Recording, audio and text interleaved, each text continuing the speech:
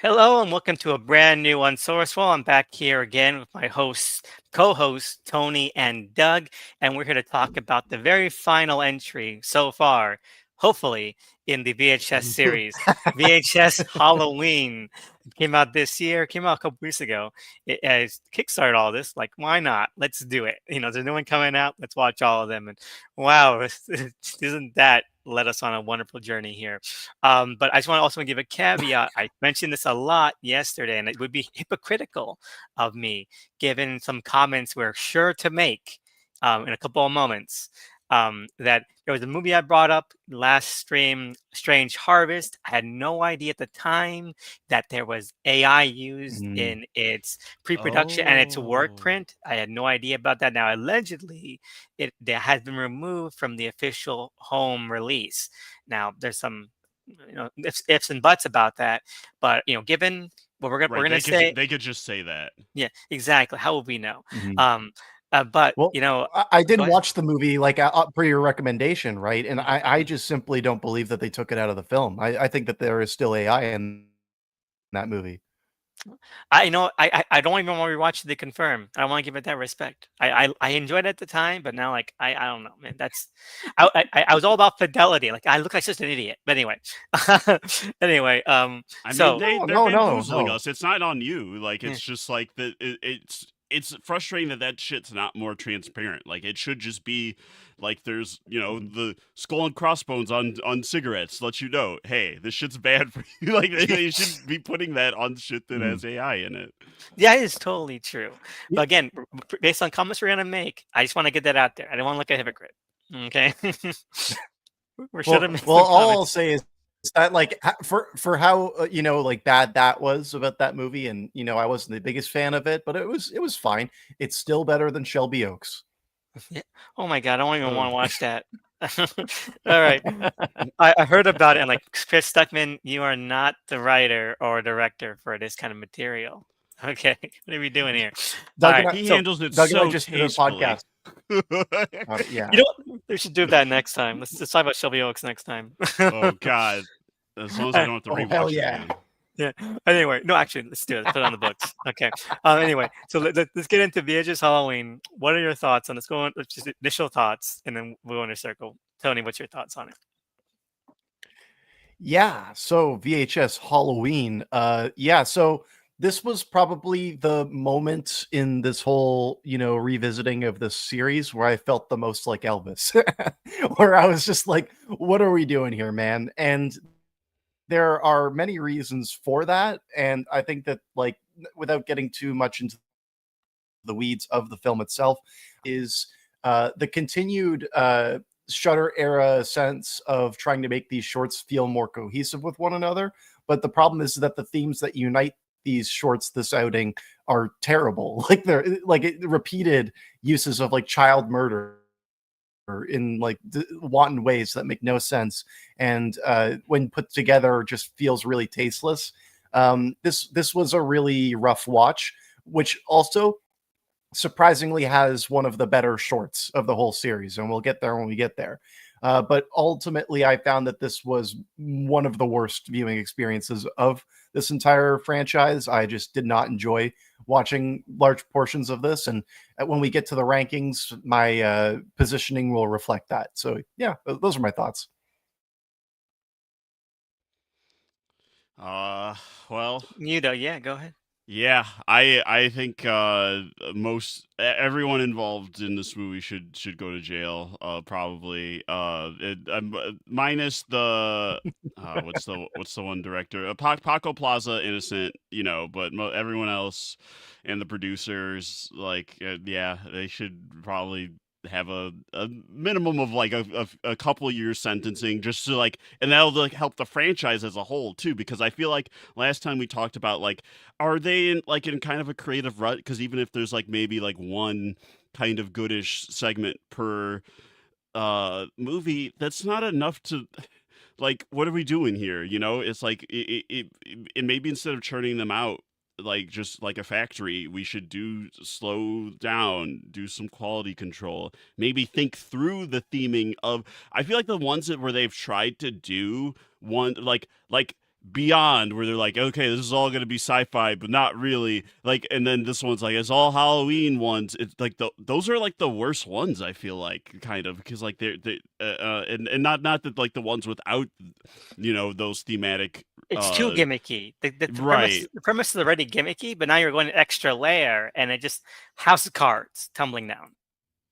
That's what it feels like. It just feels like the thing is coming apart at the scene, like, and it's hit or miss as these movies have been. There is creativity here, and I like the idea of an anthology series that gives up and coming filmmakers a chance to show off that. But like, it feels like we're even straying from that even more. And the one director who does the segment that I like in this is like, he's already an established guy, so it's like, why are we I mean, it's like, as good as that, as enjoyable as that one is, it's like, what is this franchise about now, if the focus isn't to be like, this is where the next gen of like horror filmmakers cut their teeth, and instead we're kind of just like doing stunt casting in director form. It's like, well, I don't know. That's not like what, to me, that's not what VHS should be. So I feel like everyone just needs to take a break and think about like what they're doing, and best place to do that is jail. Think about their actions. Yeah. We're self-reflect a little bit. Think about how you've treated people. Find the Jesus, consequences of that. do something in jail. Take some accountability. So, I'm just saying, like, I didn't find this any really much that different than your average VHS movie, because most of them suck ass. But I'll say, I gotta say, like, overall, there are like half of this movie I actually did enjoy the segments of. Other half, why? And I've said before, they're not curating these. They're getting these out as soon as they can. They're pumping them out. They're churning them out. It is an assembly line franchise, and that's horrifying. But I'm not gonna say it was always like this. Oh, this perfect, like, unique, fun, like Garden of Eden idea for a franchise. But I don't know. I feel like even with Viral, looking back at Viral, like, there used to be some ingenuity to this kind of thing. I rewatched some Viral, and I'm like, you know what? This one, Viral isn't boring, Yeah, no, it isn't. and also it's short. It's like 80 minutes or something. This one, I keep getting progressively angrier when I start these and I see the runtime. I'm like, why are they so long? Why? This is not fun. This becomes an ordeal. It's a situation you have to deal with. Exactly. It's at this point now where it has become self-parody, I feel, almost. And it's a great thing that you were saying before, Doug, about like some of the decisions being like almost stunt casty, and how there are people who are chosen to direct segments here who they're already well established enough. And I had that same problem with 85. I do want to see just younger filmmakers do this. And then also the fact that the younger filmmakers in this collection deliver some of the worst shorts. It really makes you question, what are we doing here? It's a weird feeling, because I'm like, oh, the established guy, yeah, he's reliable and that one is solid. But then the other ones, it's like, oh, well, do I? Now you're making me question if I even want to see up and coming filmmakers. But you know what? On that note, let's head into it. Okay. So, Tony, you get the dubious honor of introducing us to Diet Phantasma, the framing device for this one, written and directed by Brian M. Ferguson. Go ahead. What's this about? Yeah, so this sucks big time. I think this is probably the worst wraparound segment of any VHS film. It's up mainly, there. Sorry, it's down there, yeah. And I think the main reason it's horrendous is because most of it, from an aesthetic standpoint, is just a total copy of total copy, and then the structure of it is just like, here are some people in a room. They're going to drink some sodas that in this like testing facility for this company, and these sodas horribly kill these people. And like I was saying when I was talking about my initial thoughts on this, it's like there's even a segment where you see a bunch of kids die, and I'm like, do we need to go there? And I'm not like, I am not Mr. Puritanical with this, you know, like I think that it's fine that kids get killed in the Terrifier series. And I think that it means something different in that context. I think when you're trying to go splatterpunk in such a nasty way in a VHS context, you do need to consider what the form is. You need to think about what you're trying to accomplish with that. And if all it is shock value, which this short is just trying to accomplish at all times, it falls flat on its face. It feels like phony. Yeah, no, everything about this sucks. The ending of it is as you expect. You know, the people who are trying to work on the soda get attacked by it as well, and they all die. It's like, why is this even here? This doesn't even really tie into the Halloween theme anymore. Like, I would rather just like have something that's more directly Kids drink related to the soda holiday. at Halloween. I don't.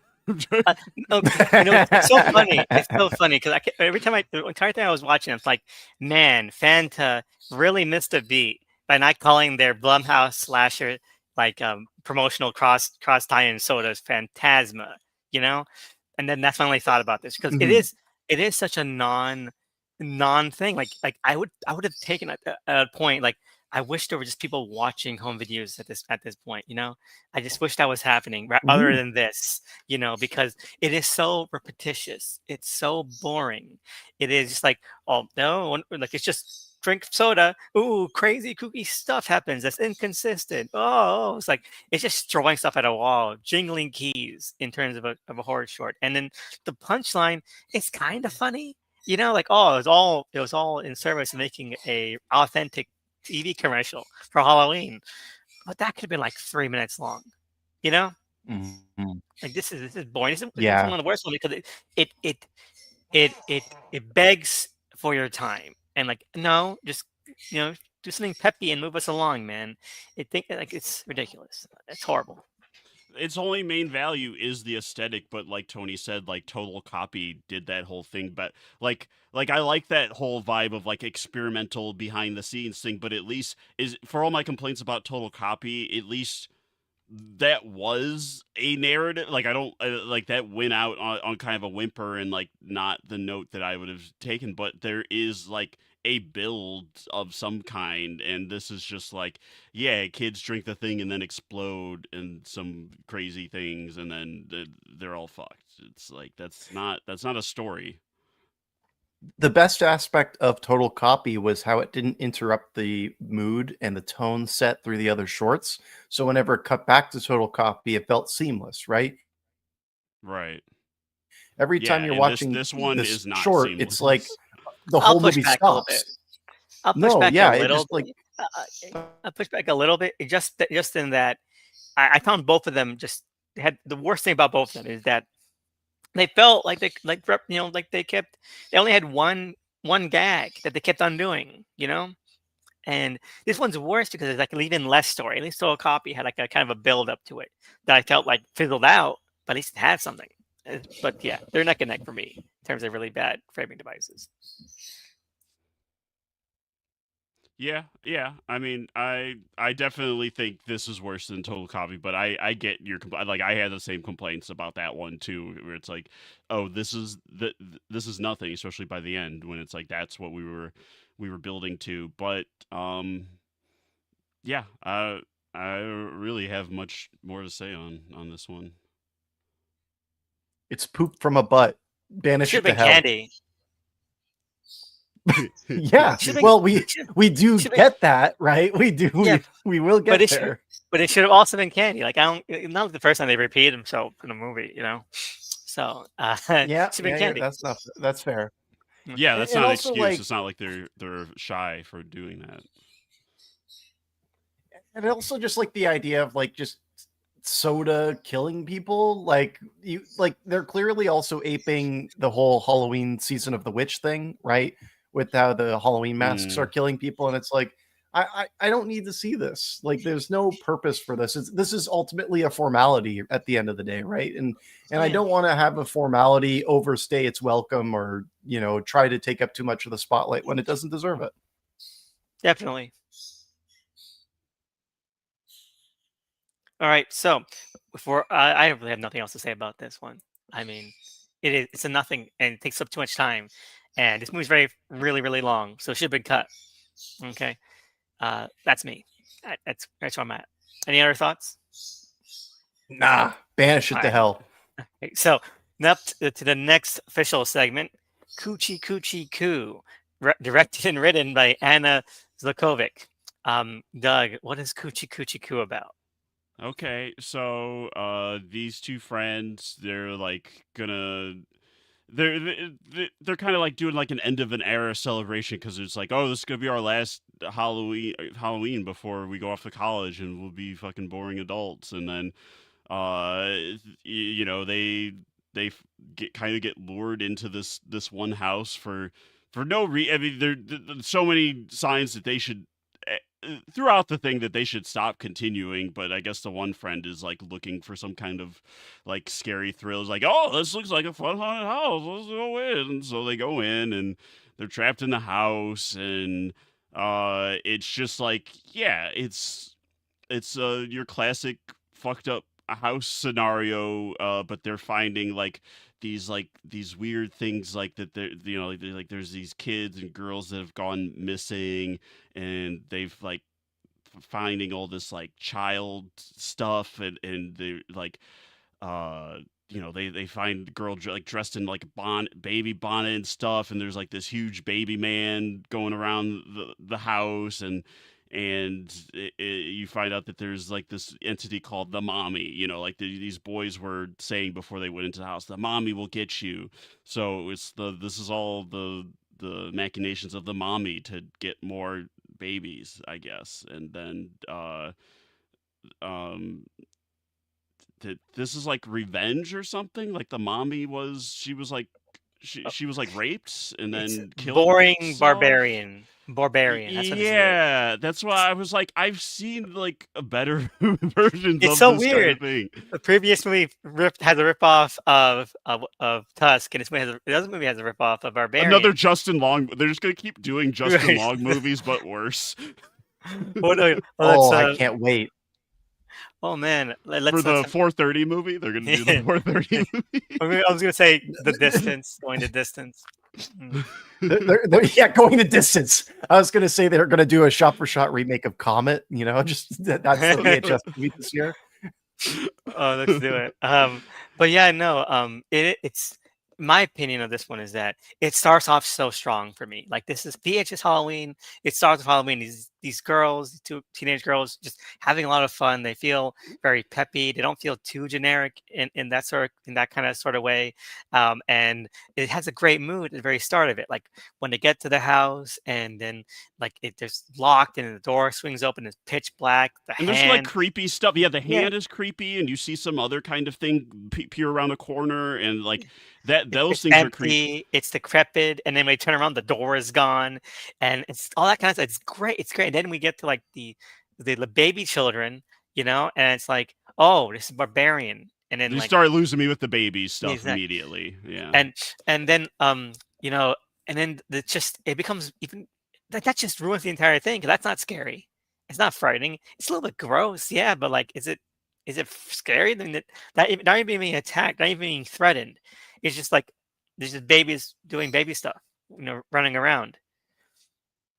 And like, I okay, think the thing about this short is that it has a fine enough like thematic purpose in terms of setting up protagonists as these like young women who are obsessed with staying young, right? Like the fact that they're too old to be trick-or-treating, that's integral, right?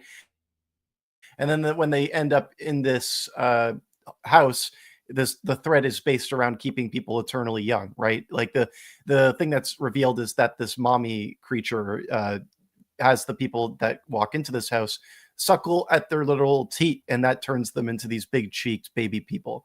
And the problem with this short is that it doesn't really do a great job in terms of incentivizing these characters into doing this. It's shown as like a trance almost, and I feel as though it needed to be more of their own decision, more of a tragedy element there.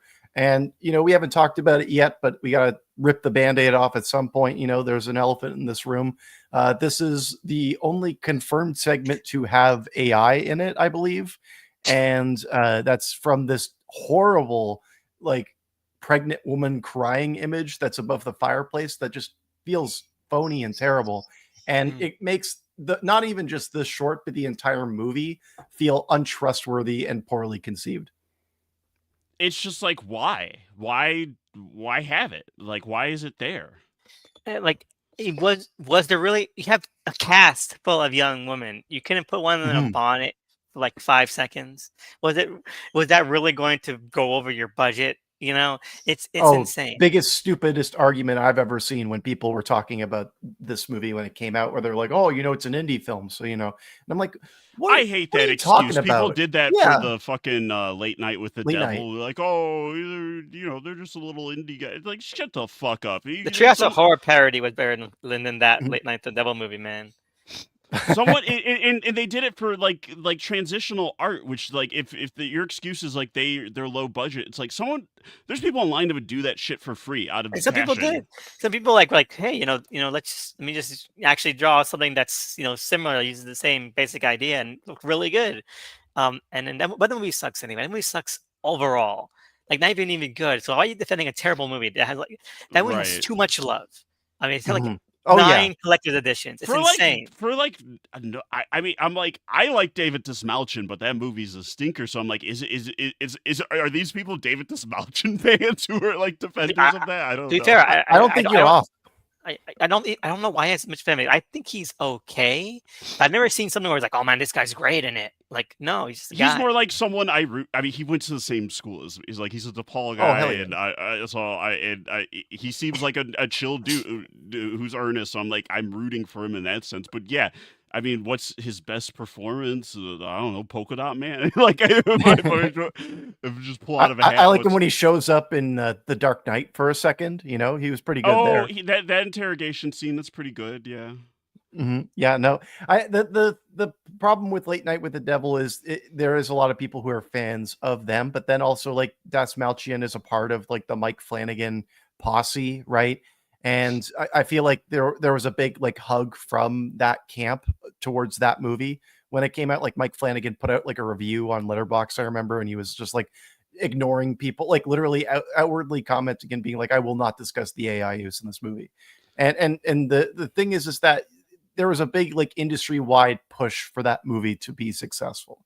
And when you think about how the backlash was in like something involving how the on-set practices were, and they just kind of swept it under the rug, it's a pretty gross look for everyone who's a big fan of that movie or worked on that movie, in my opinion. And that includes the director of Lake Mungo, for whatever reason, who produced the film.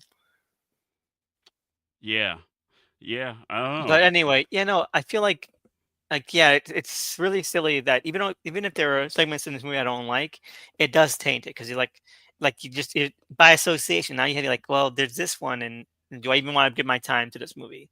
Now I would say no, but that's also not fair to even the ones I didn't like because they might have been all above board. That's not fair on them. But also, I'm 100% sure they didn't stop at the at the photo because I don't know. I'm just gonna say it because well, F them because I'm not gonna give it any benefit of the doubt. But that lullaby that the mother sings at the end is like so terrible and and so on the nose and so expository in a blunt, not even kind of artistic way. It's like, drink from my teats and you will be young forever. Like it just felt like they just posted like ChatGPT, give me creepy nursery rhyme that explains the story. It's what it felt like. This movie, this one sucks so much. It does. It's just not scary. It's a ripoff of something else. It's like Fur Babies. I'm gonna retroactively just bring this one even further down my list than I did. Okay, because it is like Fur Babies. It is like Fur Babies, where it's like, what are we doing here? Like I don't know. It's really bad. It's really bad. What you said there about giving it the benefit of the doubt for not using AI in other parts of the film is exactly right. When a film makes that decision, I think we're all of the same opinion, where it's like you break the trust of the audience at that point. I don't have to give any benefit of the doubt after that. Mm-hmm. It's like the seal's been broken. And it takes you out of the movie in a way where you can no longer suspend your disbelief in a way that, can maybe appreciate the short more. I wouldn't say that this is like one of the worst VHS shorts I've ever seen. I could say that there's some atmosphere and some cool creature designs, but at the end of the day, I'm I just like, don't trust what's it now. yeah. Yeah. Mhm. Yeah, and the thing is, right, like we were talking about before we started recording, there's good ideas and like good mood and tone setting, but is that worse than if there weren't any? Because then you can say, oh, so it could have been good, but decide to just crap out halfway through and then never recover and it only get worse. Like Yeah. I can only give so It's much credit for like a strong setup if you fumble the end and then also the AI. So it's like I'm not gonna give you the benefit of the doubt. poop so. from a butt, banish it to hell. Yeah. Let's move ahead. I guess it's my turn. With okay, great. I get one of the good ones. Okay. Damn it! I All wanted right. a good one.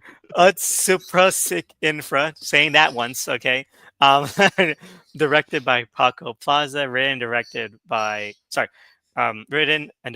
Paco Plaza, co-written by Alberto Marini, and obviously I mentioned Paco Plaza is one of the veterans in this collection, having co-created and co-directed the Rec series Hell yeah! of movies, which are fantastic. I love them. I love them a lot. And this one is also a Spanish-based found footage one, where a bunch of cops are retracing the steps of a Halloween party get together gone wrong, where a bunch of friends went to an abandoned mansion where a seance was held where everyone died, and they decided to go into that room where the seance was held, and they all die horrifically.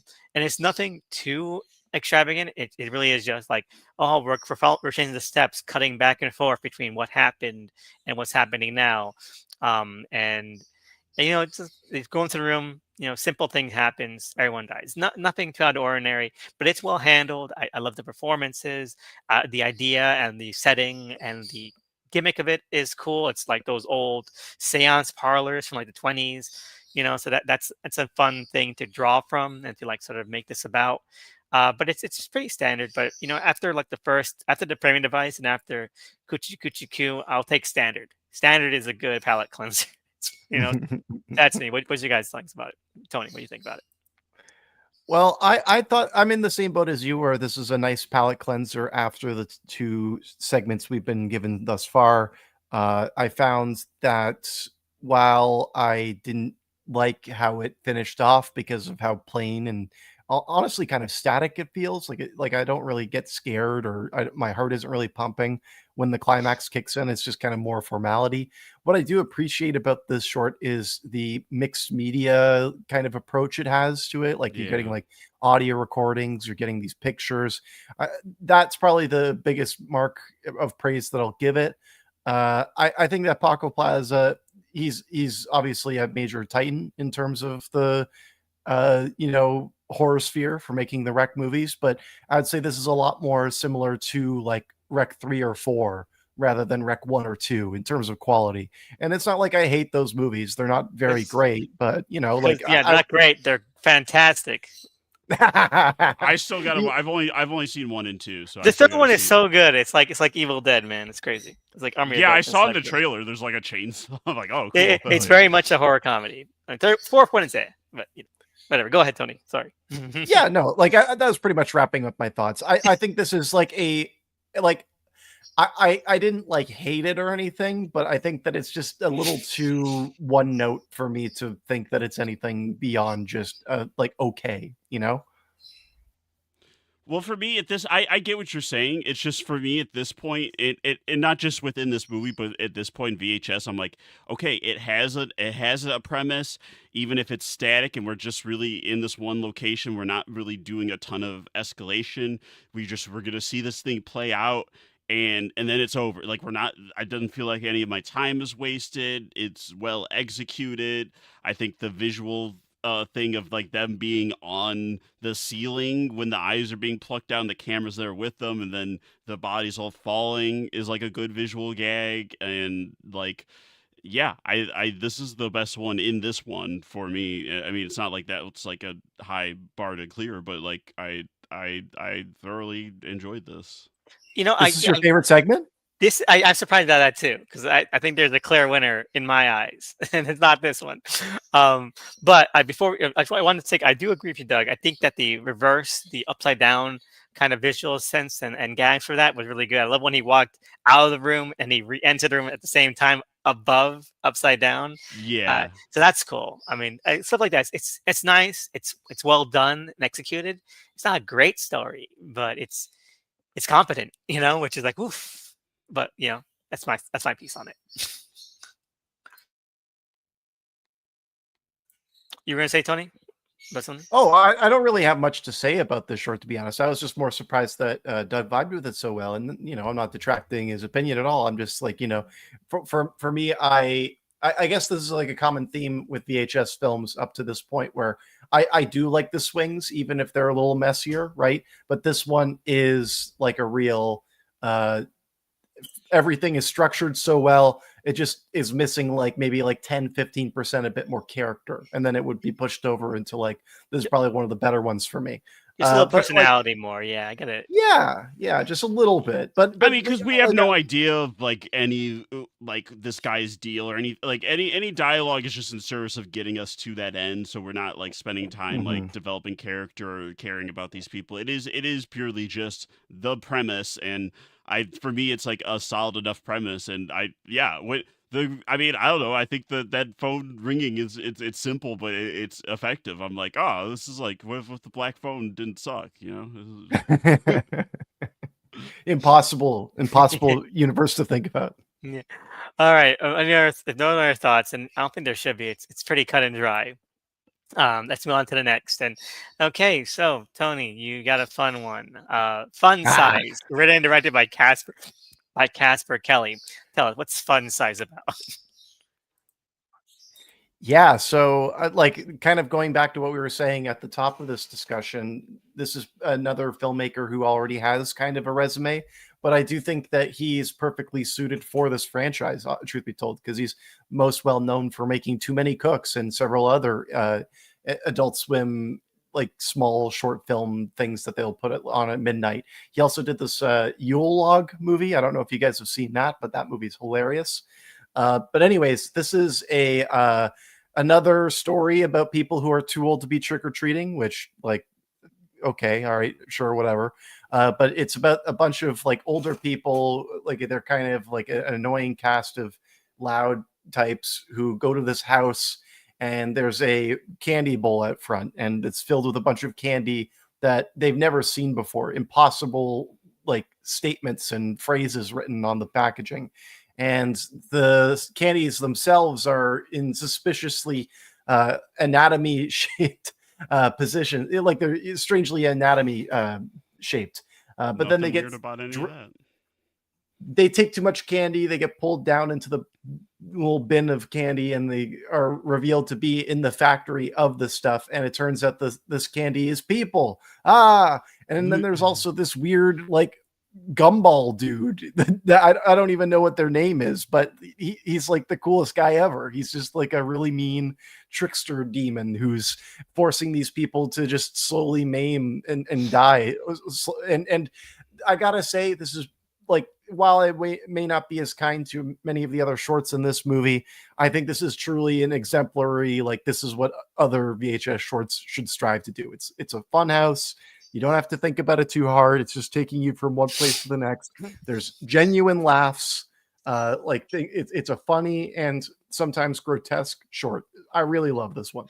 It is. I think it is like the best short of the one. Now, after I did get some hairs on the back of my head, neck, did bristle a bit when we look at the packaging of these things. And now, when I don't think this person, because I'm familiar with his work, did any of this, because I think his stuff is just surreal like that in general. Some of the wording and phrasing is like Larry Fines and any percents. it kind of like, Mhm. was that AI or not? I'll veer on not, but I will say one reason why But it's there's probably like, suspicion cast over the whole thing now, yeah, because of exactly. another the Yeah. other So, segment. so I'm not going to hold it against this one, just because of the resume of the other of this person in particular. But the one reason I think it's like that, and the entire thing, it's very much an homage to this glut of sort of let's see here, what's it called? Friday Night, Five Nights at Freddy clones Oh, that are sure. popping up, like One 100%. like what's that one that's called, like the one with the Polly's Playground or something like that, Woody's I think Playground. it's like Poppy's Playtime, I think Yeah, you're talking about. Poppy's Playtime's like that, where you're alone in a factory and there's like these really, really shiny, rubbery kind of villains all around, putting you to machines, escaping, running away. And so this feels very much inspired by that a lot, especially with the designs, the ways things are formatted, the colorfulness, and just the way, the way that they have to escape. Like even when they go into like the vent system and there's like all these kind of different vents and passages and things like that, and traps. It does feel like this one part of Huppy's playtime. I saw like a playthrough from RDC World a while back, and like it felt exactly like one of the first levels in that game. So I think that's really where it's coming from. That's where I'm probably like wrinkling, because those games are notorious for shortcuts like that. Um, but I don't think Mhm. that was intentional here to sort of homage that kind of stuff. And I think it works. I think it's really fun. Like you mentioned, it's comedic. I love the characters in this because they're all very archetypical, but they're brash and they're annoying, but they're annoying in a fun way. And I love how cynical this one is. Like it's very, very cynical and stupid. And especially in terms of the characters, because I love how it's even periodic. Because I think it begins with like this girl was like, oh man, she doesn't know how to break up. She doesn't know how to break up her boyfriend, who's too clingy and too annoying, because she wants to spread her wings. She wants to move out of this town. She doesn't want to be tied down. She wants to think about her future. And so I love at the end where like you think that they're gonna have this heart to heart, but like at the end she doesn't even explain anything. She's like no, and then just kind of leaves them to die. I She love that. said, "I do not." Not, and then he's like, "What?" And then just gets obliterated, which is amazing. I love so stuff I like that. kind Like, of would have liked it if Fun Size let her go after that. Like this was all some way to no, make her process her bad relationship, and that it was like, no, okay, you passed the test, you broke up with him, so no, you're no. free to go. I love that she ends up dying because I love that. Like, I love my favorite thing about cynical beats like that is that they also it's for nothing. You know, Otherwise Right? it Yeah. never Mhm. works. There's no actual moral or any they all die. I'm glad you guys like this one. I don't know. I like this director and his live action Adult Swim stuff. This to me felt like a bad version of those things. Like I feel like those things are like whether it's too many cooks or just some of the other live action Adult Swim stuff that the Casper Clay hasn't even worked on. They just have like this they're funny but have this off vibe where you're like this feels like something that was not made by someone from this world, and this feels like it's like trying too hard to be that for me, and I didn't like Fun Size. Like just seems like it reminds me of like one of those bad Fortnite original characters that they originally occasionally keep insisting like Matt or like no, we don't just have licensed characters, we got like our own guys. I don't know, look at this guy, and I was like, yeah, I don't know. I mean, I liked that how mischievous it was. Like, I liked his little like mini me assistant. If anything, fun size assistant should have gotten more playtime. Oh, I will say though, it does feel a little sparse. This is one where I feel like if it was like an official kind of like really funded short, like the things he does for Mm. Adult Swim, it would have been a lot better because like you only really get the one machine, and the rest is like just an empty abandoned warehouse where you kind of get the idea where like the original inciting creative spark. Like, what if it was like Willy Wonka's Chocolate Factory, except they really did kill you, you know? Right.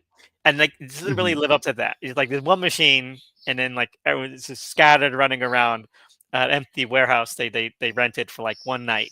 you know, um, I, I so- I agree with that critique, but then I also like the juxtaposition of just like a yeah, no, random it's dummy creepy. warehouse with but then like also having that threat of this like weird Gumball Man just there, right? Like Yeah. I think that juxtaposition is interesting.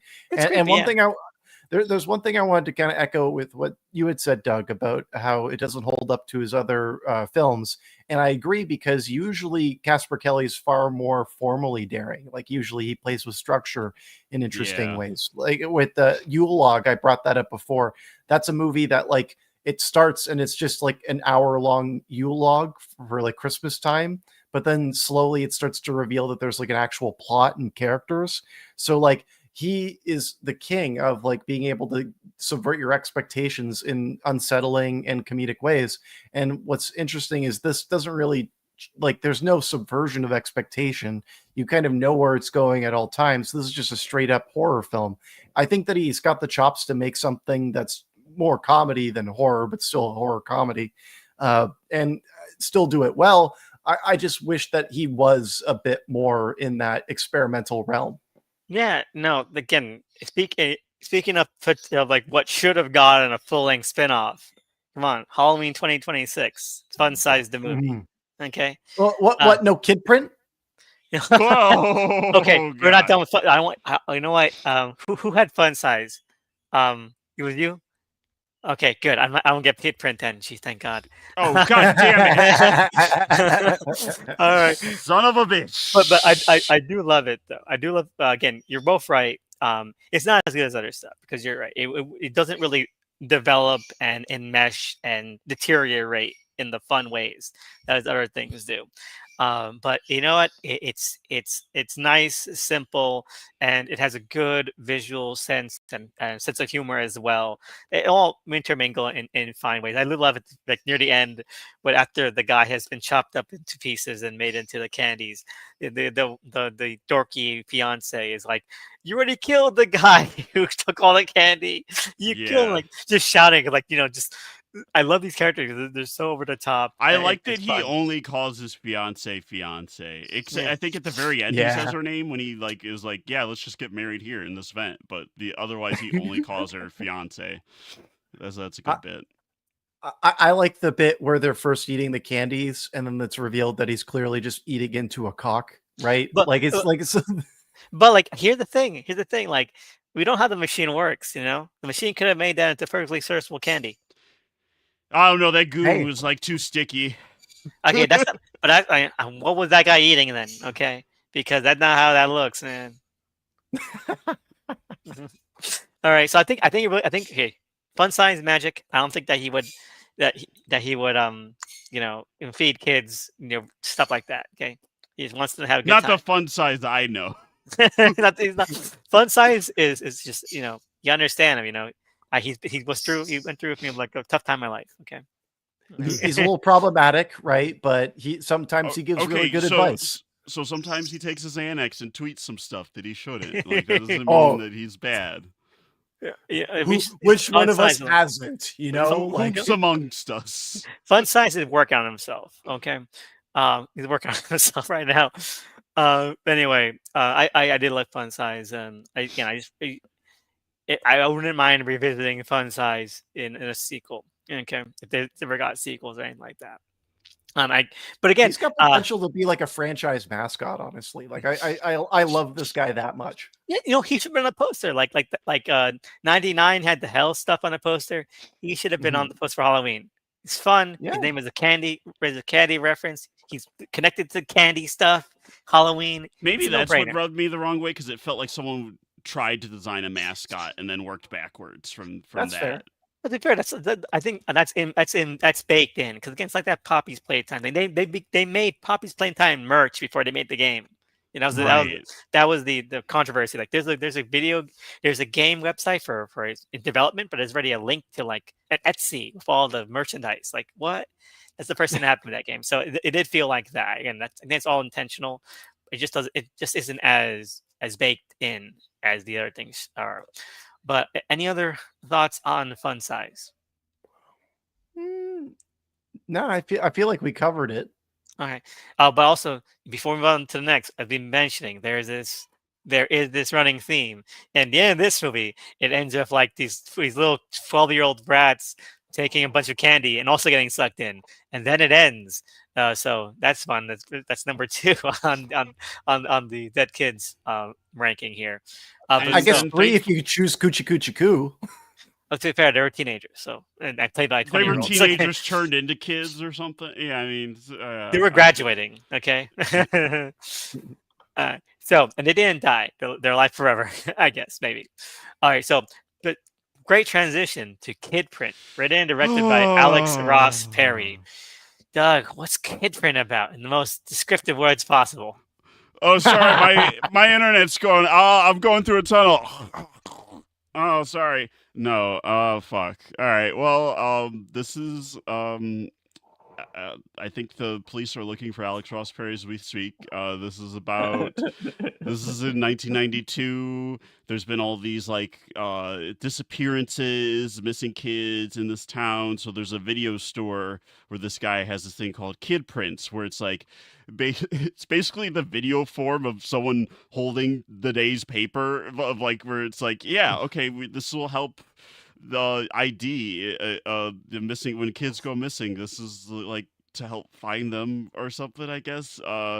And so parents are using it. They're like saying like, yeah, I'm not letting my kid go out unless I get like a fucking kid print of them. And the owner of the business, like, he's videotaping everything, not just like at the store, but he's also like, hey, I might be able to like catch this guy, whoever's doing it. Like, he's like, guy has got some kind of hero complex of like, yeah, I'm gonna become a hero if I catch this guy. And then one night he goes back to the video store, and the other guy who works there has been kidnapping and torturing these kids. So we're like cutting between the discovery of him like walking through the store and then these creepy ass fucked videos that Bruce is making of like using the same kid print set where he's like, like under duress, like asking these kids questions, and then he's like mutilating them and like skinning them and like putting their skin on his face for some And reason. the undercurrent subtext is also horrifying. Yeah, I mean, it's very pedophilic and rapey. Like, it's like the vibes are not good. And then so what ends up happening is the owner gets attacked by his employee, and he's thrown in, like, to the room where everyone else is being captured, and then they beat him to death, thinking that he's in on it too.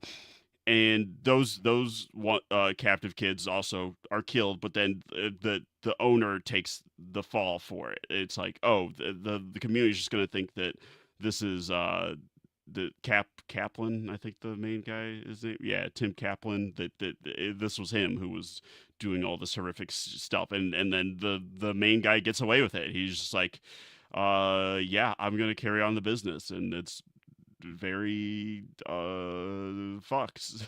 I don't like this one.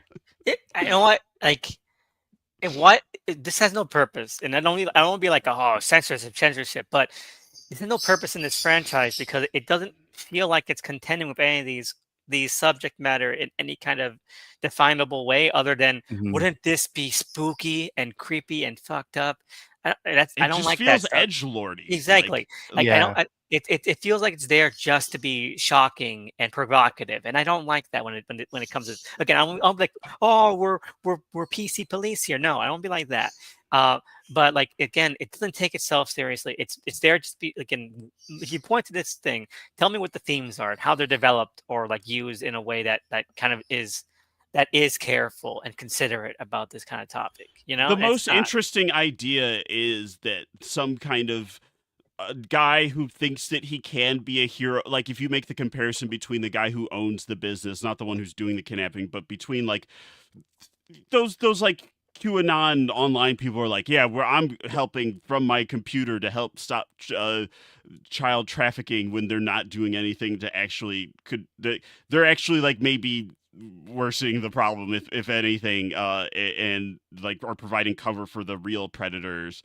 And that's like that if I'm reaching, like, that's like maybe like stuff being explored with like the owner, and like what, because he gets like him getting beaten to death by other victims, I feel like is like reaching at some kind of theme of them being like, no, he's in on it too, even though he in his mind he was like, no, I'm gonna save these kids. So Yeah. I like there's some kind of germ of an idea here, but it's in the middle of just I hated all of this. So it's like we could have found a way to express that idea in a again like it's not like even a PC policing thing. It's just like express it in a way that one fits with the what VHS is because this doesn't even feel even if I'm going to go back to the grimier, rapier feeling like first movie, this doesn't even this feels like Worse. more way worse than that. Like Mhm. so Lascivious, you know? yeah. The major problem is the franchise has changed. First off, right? Like they have sanded off the edges a bit, right, to where the franchise doesn't really do this too often. But the problem is that like we're already being inundated with like a lot of child murder, a lot of like different ways in which it's just handled clumsily and without thematic care. And then this one comes along, and it feels like the major issue is that it needs to be expanded upon. It needs to have more time, and in order for it to have some kind of larger thematic point, because the way that it's framed here, it feels just like it's in shock value and poor taste. And also, we don't need to see like children being skinned, you know? Like that's just something I don't want to see in a horror movie, you know? And another thing I wanted to point out too is Alex Ross Perry is a motherfucking mumblecore person where we have not escaped mumblecore. And I wanted to bring up one of his movies just because it's funny to bring up this movie. He made a movie called Color Wheel where he plays like he stars in it, and it's all about a guy who wants to fuck his sister, and he does. And it's like this guy just like Oh. he does have like this weird. He will go in those weird directions, right? And I do like some of his films. I think Her Smell was great. I think that Listen Up, Philip is massively underrated. But when he misses, he really misses. Like he is somebody who is way too inside of his own mind sometimes, and you can really feel that here, to where it's like Kid Print was real, right? This is not something he invented for this film, this short. He wanted to comment upon that by having it here. And when you analyze what it is trying to say, like it doesn't amount to anything that feels worthwhile or respectful.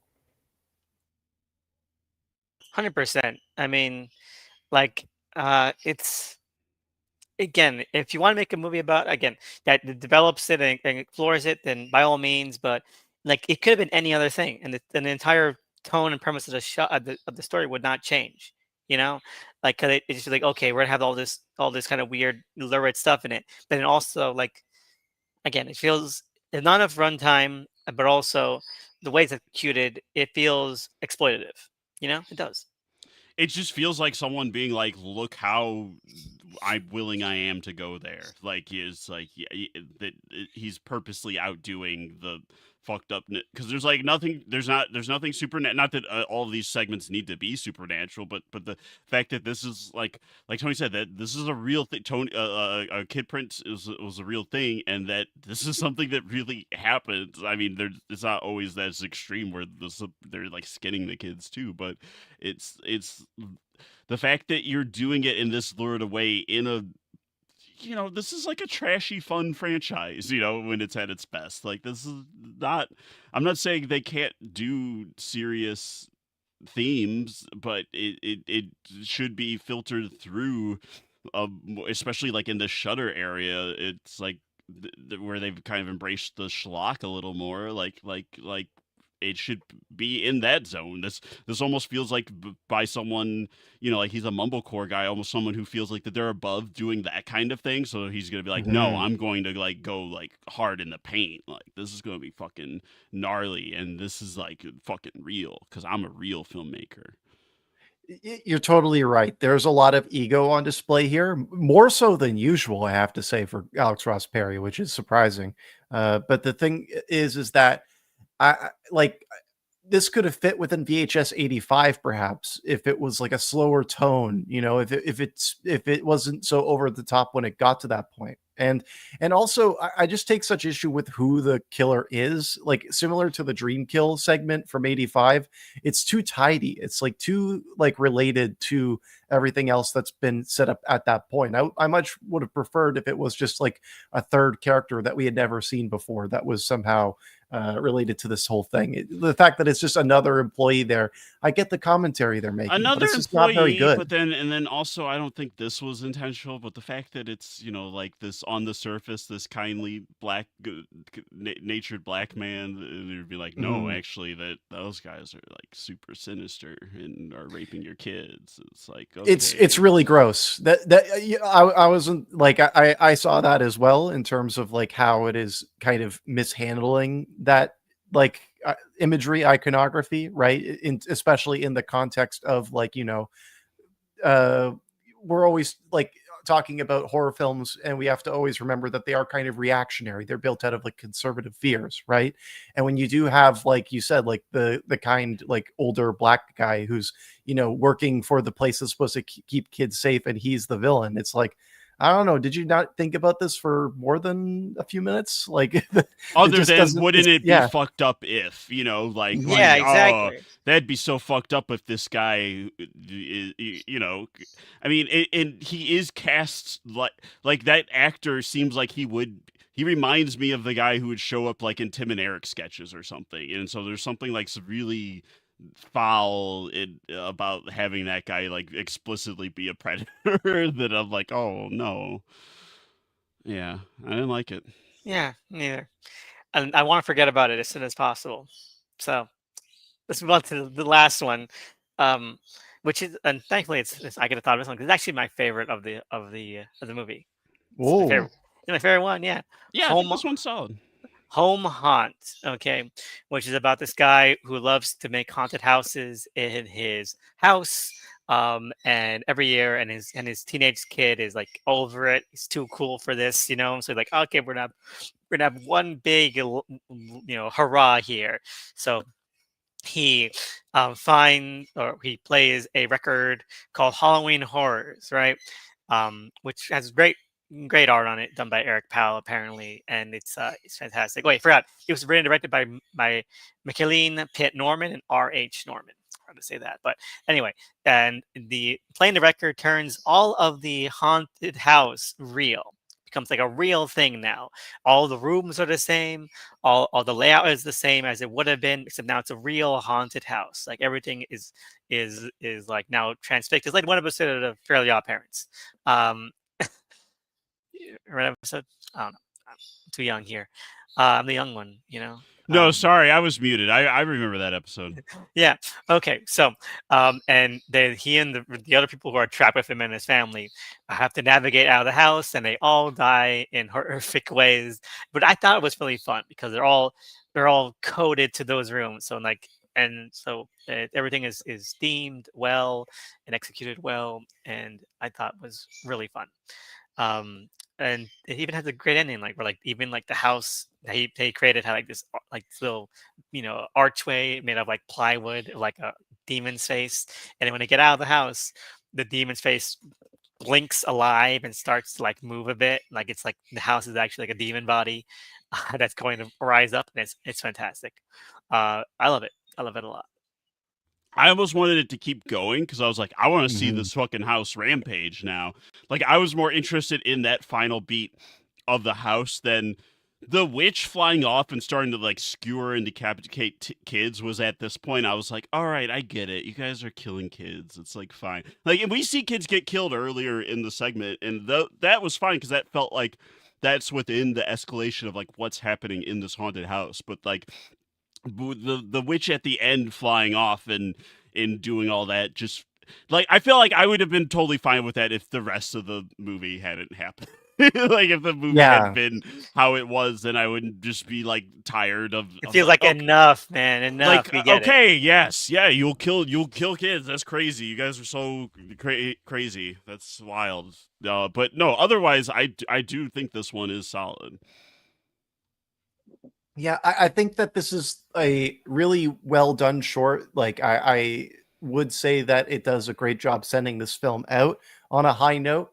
My major issue is kind of echoing something that you had just said, Doug. I kind of wanted it to keep going a bit. I felt like the ending was far too sudden. I didn't feel as though I got the conclusion that I wanted for this thing.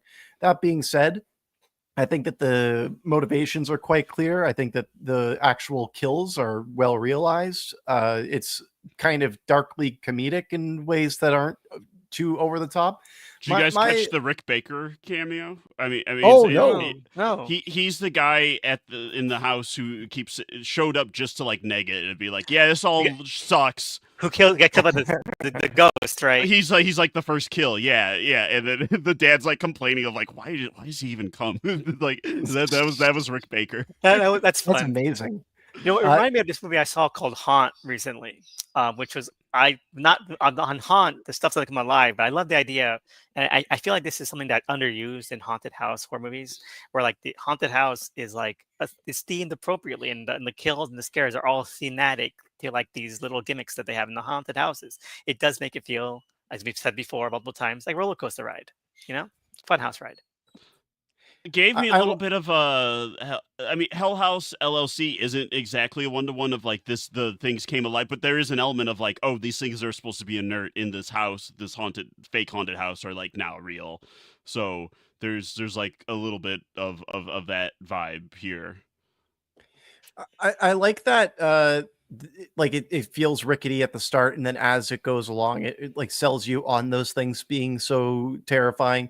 My major issue is that we got a better version of the short in the very like in 10/31/98.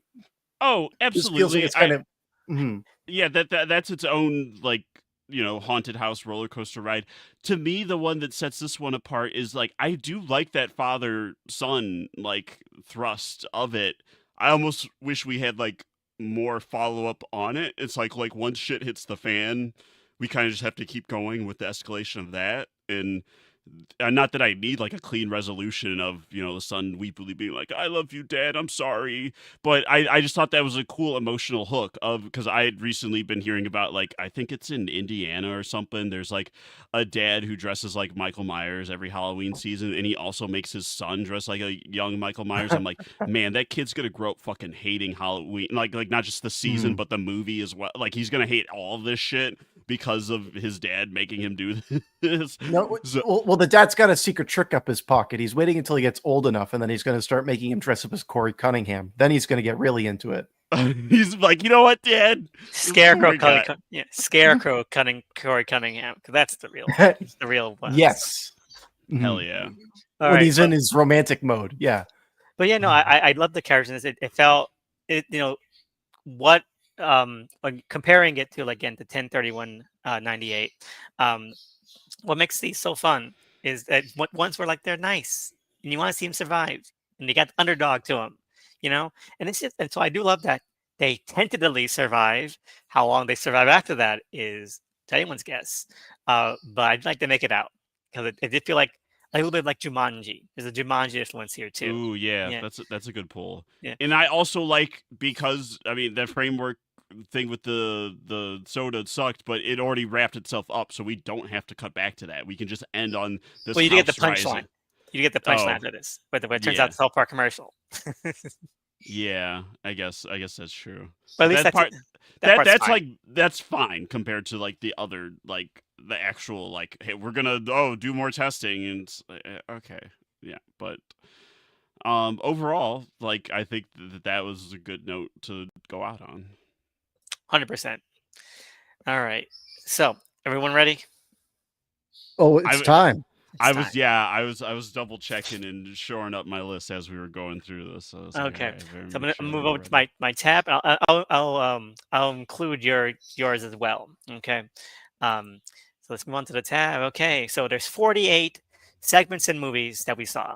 Okay, which sounds like a lot because it is. God damn it. So we're gonna go from bottom to top. Okay. My bottom pick. Okay. Fur babies. Whoa. Fur babies has no reason to exist. No reason at all to exist in the least. It is terrible, despicable in terms of like there's no creativity to it at all. It's a ripoff, not themed appropriately for the movie it's in, annoying, you know. Um, and again, like it says, this is why I was like back and forth, because like, is this worse than ones that had potential and that ended up having things in it that were bad or unfulfilled? And I gotta say, I'm gonna go with one that had no potential at all and was also bad. And that's Fair Babies for me. I think that's Wow. fair. Like the thing is, I'm surprised that it's your least favorite, but also like I'm not going to defend it. Like fuck that short. Like it's not that good, you know. So like nothing but respect there. All right, so Tony, what's your least favorite? What's your number 48? Well, I don't know if this is too harsh or not. And also, I just got to say, I've got 49 segments here. So, like, just let me know when we get to that point somewhere where it seems impossible, I guess. I I'm did counting to make sure I don't have like double or. I mean, how did I get? Let me count. Let me count right now because I included Deadstream. I don't know if you included. Okay. Oh, I forgot to put Deadstream in. Maybe that's okay. 1, 2, 3, So it's 4, 45 5. shorts, right? And then it's Devil's Due, it's Deadstream, it's Kids versus Aliens, and it's Siren. So it should be 49. Yeah, 49. Wait a minute. What am I missing? 1, 2, 3, 4, 5, 6, 7, 8, 9, 10, 11, 12, 13, 14, 15, 16, 17, 18, 19, 20, 21, 22, 23, 24, 25, 26, 27, 28, 29, 30, 31, 32, 33, 34, 35, 36, 37, 38, 39, 40, 41, 42, 43, 44, 45, 46, 47. Okay, that's even worse. How did I get 47 on my other list? What am I missing? Oh no. Oh no. We'll find out. We'll find out. Yeah, we'll get work there. on it as we go. Yeah. All right, you guys tell me what I'm missing when we get to there. So what's your Yeah. what's your number 49 then? Yes. So my 49 would be we just talked about it, but Diet Phantasma. I think it's just utter cheeks. Get it away from me. I like if my daughter brought home Diet Phantasma, I would kill it with an axe. What a horrible experience. I think it sucks. I'm not gonna defend it. It's definitely one of the worst versions of a framing device. It is pretty bad. Okay. I have no thoughts on it. I agree. How about you, Doug? You agree? It's I don't have it at the bottom. It's just I have other ones that annoy me more. So that's basically where it comes down to for me. Like I'm definitely not mounting a defense for it. Okay. All right. What's your number 49, Doug? I have Siren at the bottom. Fuck that movie. Jail. It is really bad. It made me appreciate. Like I liked Amateur Night already, but I was like, wow, that actually had juice, and it was a premise that you could 100% make a feature film out of that. So I feel like that's why I rank it so low, because it's like the potential, and you have an alluring an actress who I think if you give her the right material, you could like build like a really compelling succubus movie around her. But then okay, she's not a succubus anymore; she's a siren. All right, strike number one. That should have been a red flag. But then like choice after choice is like, why was this the movie you made from the short? Like you already had like kind of a template, even if you didn't do. I'm not saying like remake that movie but longer, but like you have like a formula that kind of works, and then you're just gonna do something really I'm not saying like because they took a weird swerve with it that's why it's bad. It's because the weird swerve they took is like meandering and like just nothing. It's just a nothing movie. Oh man, I completely agree. It is really bad, and that's why I would say it is my for right now until I figure out what I'm missing. Wait, I already moved that. Damn it, Coochie Coochie Coo is my 47. I moved it up. Right, Coochie Coochie Coo is my 47. Okay. The AI usage and the fact that it just gets really bad at the end. I just can't. I don't. I like the first half of it, but there's no spark at the end. At the end of it, it just decays into just a nothingness, and the nursery rhyme at the end steals it for me. seals it. I just, oh my god, no, I can't buy that at all. At least Siren had like Hannah Fierman. Still, she still gives it something, you know. She's trying. Yeah. I mean, she's not given anything good to do, but she is putting her little heart into it. Yeah, she's putting the work in, with what she has. And what she has is nothing, but she's still pretty good. All she's doing is giving, and Greg Bishop's just taking like the jailbird like parasite he is. Yeah, exactly. So, Tony, what's your number 48? Can you read my mind? It's Siren, baby. Fuck that movie to hell. Okay, so I Get feel out like of here. yeah, it's gonna end up being a dead heat in Siren. Yeah, anything to say that Doug didn't? Yeah, it's just like the perfect idea in my mind when this is like when you hang out with a friend who wants to watch shitty horror movies, but they're not really into film. So they go on Tubi and they just like pick the worst looking poster, and it's not even like bad funny. It's just bad. And If that's a what this friend movie put is. this on, I would stop talking to them. Yeah, We're not hanging out anymore. I would call the police and tell them that they did a crime they didn't commit. Like that's how bad Siren is. That's all I wanted to say about it. I think my friend's the Zodiac killer. Can you arrest him? Yeah, over him showing you Siren. Wait, there was one from '94. Did we watch that one? The Veggie Masher. Oh, you know what? I think I know what I could be putting in there. That's 49. I know what it is. I think I knew where I messed it up. I included the Army Men as their own segment. Oh, separate from Gawkers. That's what I did. I'm sorry. I looped that in with Gawkers. Oh, okay. Okay. You know what? If I'm gonna put that in somewhere, I'm just gonna switch back to the main tab to not give away my secrets. Okay. Right, yes. All right. So I'm gonna share the main tab again. I'm gonna put Army Men. What's the name of that again? I just called it Army Men. Okay, good. Like it's the Army Men. Okay. Well, it's fun. I know where we're gonna put it. All right. I know where I'm gonna put it. It's one of my favorite interstitials. Like it's better than the Gawkers. Okay. And come on. Google Sheets sucks. Okay, good. I just gotta move everyone up a bit, and then we're gonna get back on it. Get back on it. Get back on it. Get back on it. Get back on. And I insist on spelling Siren the way it's meant to be spelled. Okay. All right. Share this tab. All right. So Doug, what's your number 48? Tuesday the 17th. Do you like slashers? Do you like shitty slashers that have no characters whatsoever? Forget likable characters. What if there are no character? What if there's no characterization? What if the plot twist barely made sense? What if you had one VFX concept for your killer but you didn't really follow through on that concept, and then you have a short that does nothing? That's Tuesday the 17th. That is Tuesday the 17th. That is. Okay. It is unwatchable. There's no creative spark to it, and it is very, very lame.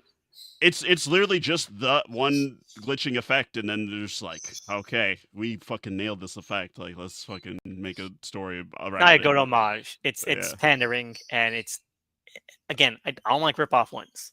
If you remind me of someone I've seen before, I should just watch that movie instead. You know? Right. Like, even the worst Friday the 13th is better than that. Okay. All right. Any other thoughts on this one, Tony? Any disputes? Poop from a butt. Send it to hell. So, up to number 47, and I think this is gonna be the triple crown. Siren. Jail. So I love how we're going down a row, diagonal. Yes, no, Siren. I mentioned terrible film, horrible concept of drawing out the amateur night without anything that made amateur night interesting or good. And that short was just okay to begin with. Okay. But yeah, that's my last piece on that. What's your number 47?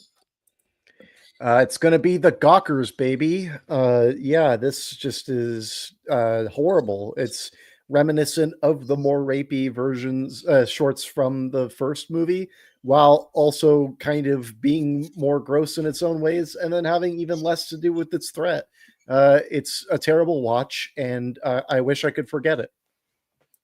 I agree. It is the pinnacle of the worst hallmarks of this series, creatively and writing wise. It's like not even that it's horrible about the characters and the themes, but also that it's like those let's plot around for like 9 minutes and they all die in minute 10. That's not fun. That's boring. Formulaic. What are your thoughts, Doug? I don't like it. I really don't. Yeah, I don't know what else to 47, add. Doug. Then what's your Get it out 47? of here. Oh, what's my 47 is fur babies. I yeah, we've already said it on that episode. It's like you take a movie that's already like I'll defend a lot of Kevin Smith stuff. I don't care for Tusk, but compared to Fur Babies, Tusk looks like fucking Citizen Kane. Yeah. And this like that's a short that asks the question, what if we just had nothing? Yeah, and I mean It's a vanity project. it's a nothing project. It's just it's wasting my time. I mean, the actress who is the abusive dog daycare lady, if I give her a good script and maybe that's something, like if I'm reaching for one redeeming quality, it seems like she has a good performance in her. I haven't seen it yet, but maybe she has that. I wish her the best. 100%. Any other thoughts on? I think I've already said enough on Fairbase. I think we're gonna keep circling through the same worst ones. So any new thoughts, Tony?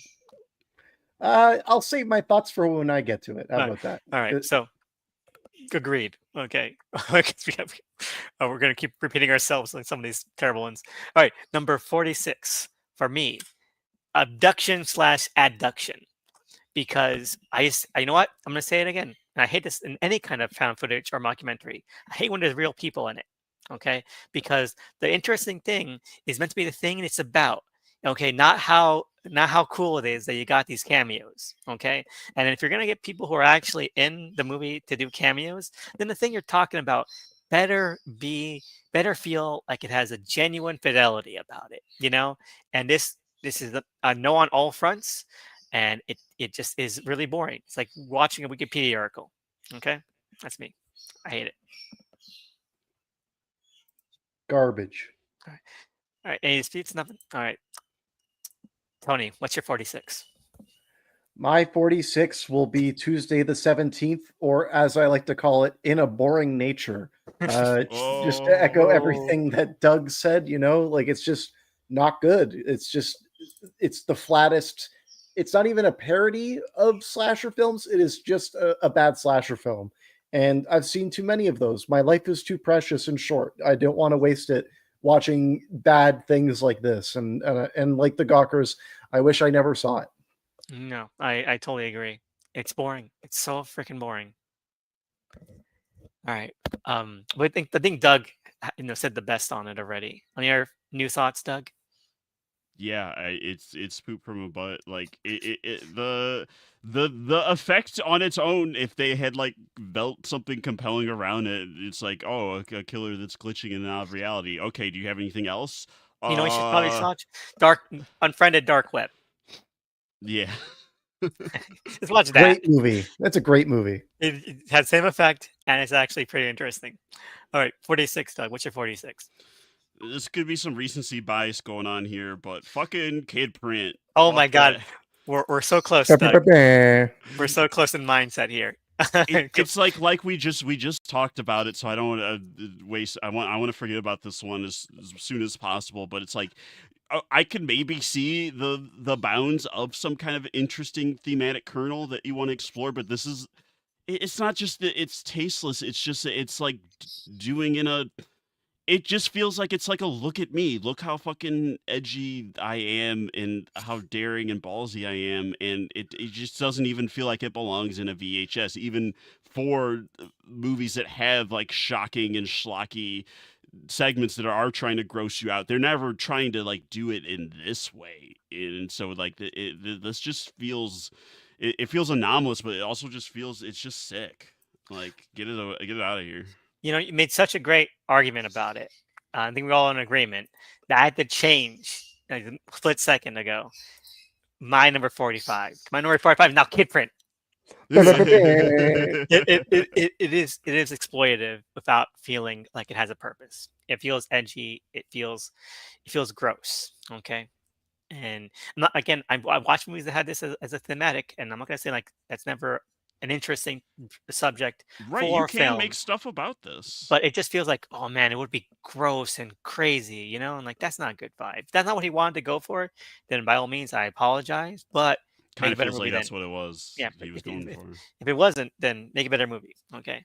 What? Okay, so that's all I'm gonna say. What's your number 45, Tony?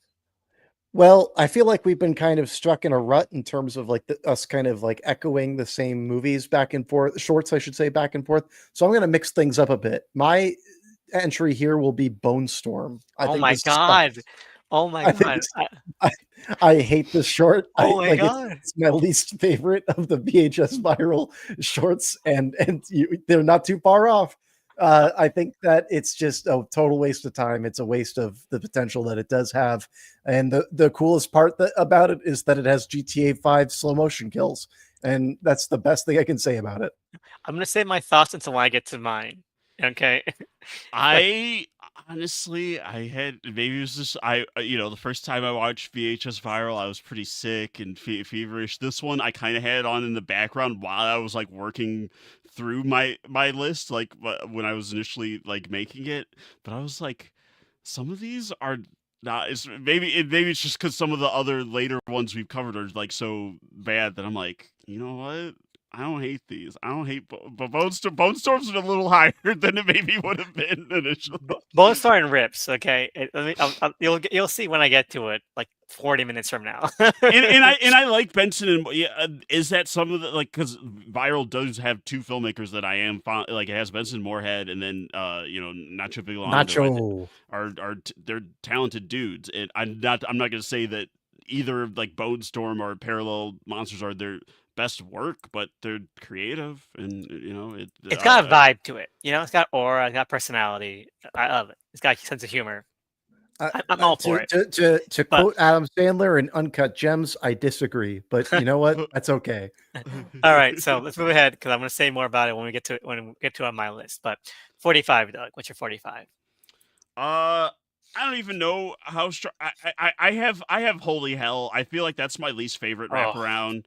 Sucks. Most of the wraparounds are like not good. We're gonna be getting through the rest of them shortly. Like, but Holy Hell was one where it was especially the waste of time. And by the end, I'm like, why do we have this? Like, at least in the other ones that I didn't like, there's at least like maybe like one or two moments where I'm like, oh, that effect was well done. This house that they're watching the tapes in is kind of creepy. Like, there's like points I could give it. I don't think I have anything good to say about Holy Hell. I mean, those girls that are stripping at the end look nice. Like, that's reaching. I'm like trying to find something nice to, like, I don't know. Those women are okay. No, I agree with you, which is why it's a little bit higher. They're pretty nice. They should have been in every single one of them, getting more and more undressed. And now, like, okay, now the framing device is the best part of each of these movies, you know? Well, and if they're the ones like behind all of it, then like they should be showing up again. They should be like the Thanos of VHS. There's like an after credit scene where they show up and like collect some tapes off a dead body, and they're like, haha, more for the collection. That's true. That should be it. But any thoughts, Tony, on Holy Hell? Not really. This is a real no thoughts, head empty ass short. It doesn't really do much, and yeah, you won't see it too far off on my list. Me neither. But we're gonna go in another diagonal again because mine. Oh, damn it! Mine's tape 56. I forgot why I put this one. This one for me was the worst wraparound segment. Actually, no. Sorry, abduction. Abduction was the worst wraparound segment. I forgot that was wraparound segment, but it's a close second because it's nothing. It's the first one. Just guys in a house watching videotapes. Zombie shows up. Boring. That's me. Not annoying. but it's boring, and that's worse a little bit. Yeah, it's pretty wet fart. Like there's not I like the gag of the uh like, oh, okay, this dead guy's in the seat, and then he's not there. Like that's something. Like there's like it's an idea, you know. Like I'm not saying it's the execution of it saves the segment, but like that at least saves it from being my least favorite wraparound. Like I think there's worse ones, but I it put a bad taste in my mouth because that was like my introduction to VHS. I'm like, okay, I hate these guys. I hate this vibe. And then there were segments that won me over despite that, but like it's not doing any favors. Yeah. Any thoughts, Tony? Nothing.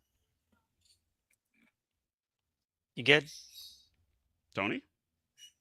Oh, sorry. I realized I was muted. I'm sorry. So my thoughts on this short actually tie right into my section, my pick. For 44? And yeah, so my pick for 44 is I think there is exactly one wraparound segment that's worse than tape 56, and that wraparound segment is Vicious Circles. Oh I'm my sorry to God. say, Oh I my think that God. Vicious Circles fucking sucks. Oh and my. I hate Oh, it. oh my. Oh, okay. So I feel like we're gonna be like, this is really gonna show how diametrically opposite we are when we get to Yep. these. Because, okay, go ahead, say your piece. Yeah, no, Vicious Circles. It's just it's similarly things in bad taste keep happening. There's a lot of just brash loudness. I do like the fact that it's like trying something, but it's not in service of anything. And when you relate it to the first few films, like what we talked about when we discussed those films, at least there's like a clean structure there of just like, okay, we're going to insert tapes and we're going to watch those tapes, no matter how detestable those people are or how repetitive that task is. This, similar to Diet Phantasma, rips me right out of the movie every time we're in these segments, and it takes up too much time. So in analyzing what it does for the film itself, as well as how it stands on its own, I just don't like it in many regards. All right. Oh, well, I'll say my piece when I get to it. 30 minutes from now. So, Doug, what's your 44? My 44 is Diet Phantasma. Fuck that one. Yeah, we said enough Ban it to about hell. that. We said enough about that one. Yeah, we can move on. All right, so 43 for me is Tuesday the 17th. We said enough about that. Ban it to hell. All right, what's your 43, Tony?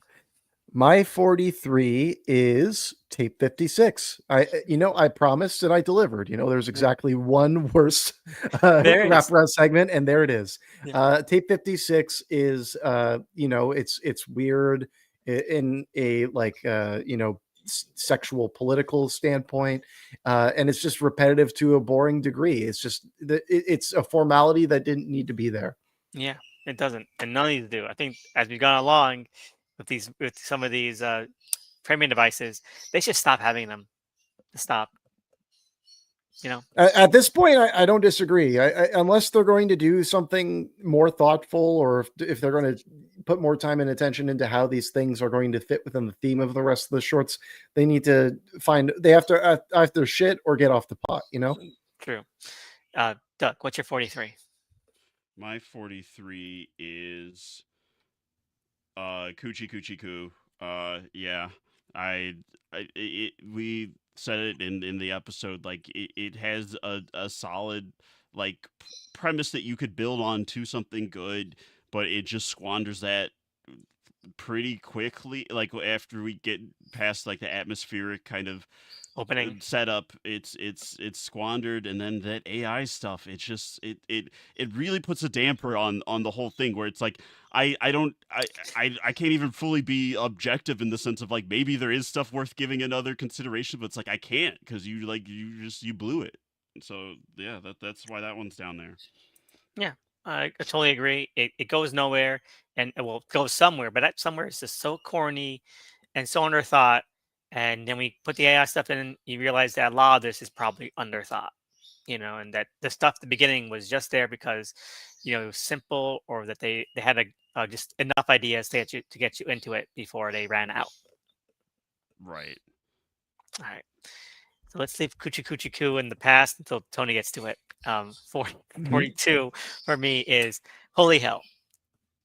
Boring, repetitive, corny, ridiculous. But those chicks were kind of hot, so 42. That's it. That's Fair, fair. it. I'm done. I don't want to hear more about that. Unless you guys have anything to say. Nah. Let's get to the next one. I'll tell you mine. I got God of Death, which I'm surprised that like you guys don't have it as low as I do, to be honest. But at the same time, I may not be too far off. All I'll say is that this is just boring dreck. This is, when you're watching these things, you want to have a bit of fun. You want to have like some kind of ride, and this promises a ride, and it doesn't deliver one. This is like going to like a knockoff Disney World, going to a dark ride that breaks down halfway through. Just a bad viewing experience. You're not far off, I'll tell you that. But yeah, no, a lot of these they blend together. God of Death is no different. There's a couple of things I'll get to when I get to it that make it stand out against some of these other ones, but it's just formulaic. There's another one. Spend a couple minutes with some characters. They all die in the last 30 seconds. Boring. That's all I'm gonna say for right now. Until I say that my next one is God of Death, because it's really yeah, it's not even like it's offensive in terms of how bad it is. It's just like, what is this? Like it's boring. Like it was the one where I was kind of checking the time the most of like wow, we're still going, and I don't even know like that it's actually that much longer than other segments. It just feels like it it's takes tedious. forever. And then the payoff is like, oh, here's this Aztec god. Okay, cool. What's he doing? He's just gonna like run at people and possess them and make them crazy. Oh, okay. It's nothing, and then it ends. 100%. I have nothing else to say about that. I really don't. All right. So my 41 is Diet Phantasma. Okay. Yeah. It's boring as hell. It's repetitive. God, the worst thing that a framing device can be is repetitive, because then you're just seeing the same thing every couple of minutes, and like, why are we even doing this? Diet Phantasma is no different. It's a little bit higher because I do love the punchline of it all being for commercial, but that could have been just a 3-minute sequence. I mean, come on, what are we doing here? And you guys already had your ones. We're gonna move ahead. I don't think anyone here cares about Diet Phantasma that much. 41, Tony. 41 is going to be tape 49 from VHS 2. Similarly to tape 56, it just doesn't really add anything to the film that we're watching. It's the worst element of VHS 2, which is otherwise a knockout. I think that the thing is that it does try to subvert the wrongs that it did in the tape 56. The problem is it doesn't do too much. The best thing I can say about it is that Simon Barrett leaves it all hanging, So good for him. All right. Yeah, no, I agree. Mine's a little bit higher, only because I don't rank most of these that high to begin with. I'll say a little bit more on it when I get to it. What about you? What any thoughts on this, or your 41? My 41 is Gawkers. I think that this one, especially having it tied. I mean, I ranked Army Men, since we said that that's going to be a separate one. I have that separate, but it's annoying that you took the goodwill that I had towards those little interstitials with the Army Men, and then you fucking ruined you fucked it up, man, with by making it this bullshit story that's just it's the worst parts of what I don't want VHS to be. Like, once we got away from the rapiness of the first one, I'm like, okay, thank God, at least even the worst segments we're not gonna be, at least no one's like shooting upskirt videos and then someone heard me and they're like, oh, actually, we got one where they're doing that. And then even the twist of it's a Medusa or Gorgon or whatever, it's like, okay, does that have anything to do with anything? Are you using that to like, because like the Medusa myth is like, that's a woman who was wronged and then cursed by the gods, and it's like, okay, is this story like kind of iterating on that at all? And it's like, no, not really. We're just using this for shock, I guess. And it's not even it's not shocking. It's not shocking. It's just like a boring take. It's just like, I thought we were it's juvenile in a way where it's like, man, I thought we were past that shit. Oh yeah, I completely agree. Which is why when you were saying that, it for me changed my next one. Um, damn it. Oh, Right. Yeah. Well, whatever. It's close enough. All right. Stork. Yeah. I thought I just changed. I thought. Well, I didn't change it enough, I guess. But Stork. Why is it? Let's just like Kid Print. What is it doing here in a different way? It feels like fan fiction for a VHS series. Like, oh, there's a bunch of cool guys, and they were like an army guys squad. Basically, they take out these kinds of threats. It's boring, lame, uninteresting. Feels like fanfic. It really does. it feels like a Left 4 Dead mod. Yeah. All right. Any other thoughts on this one?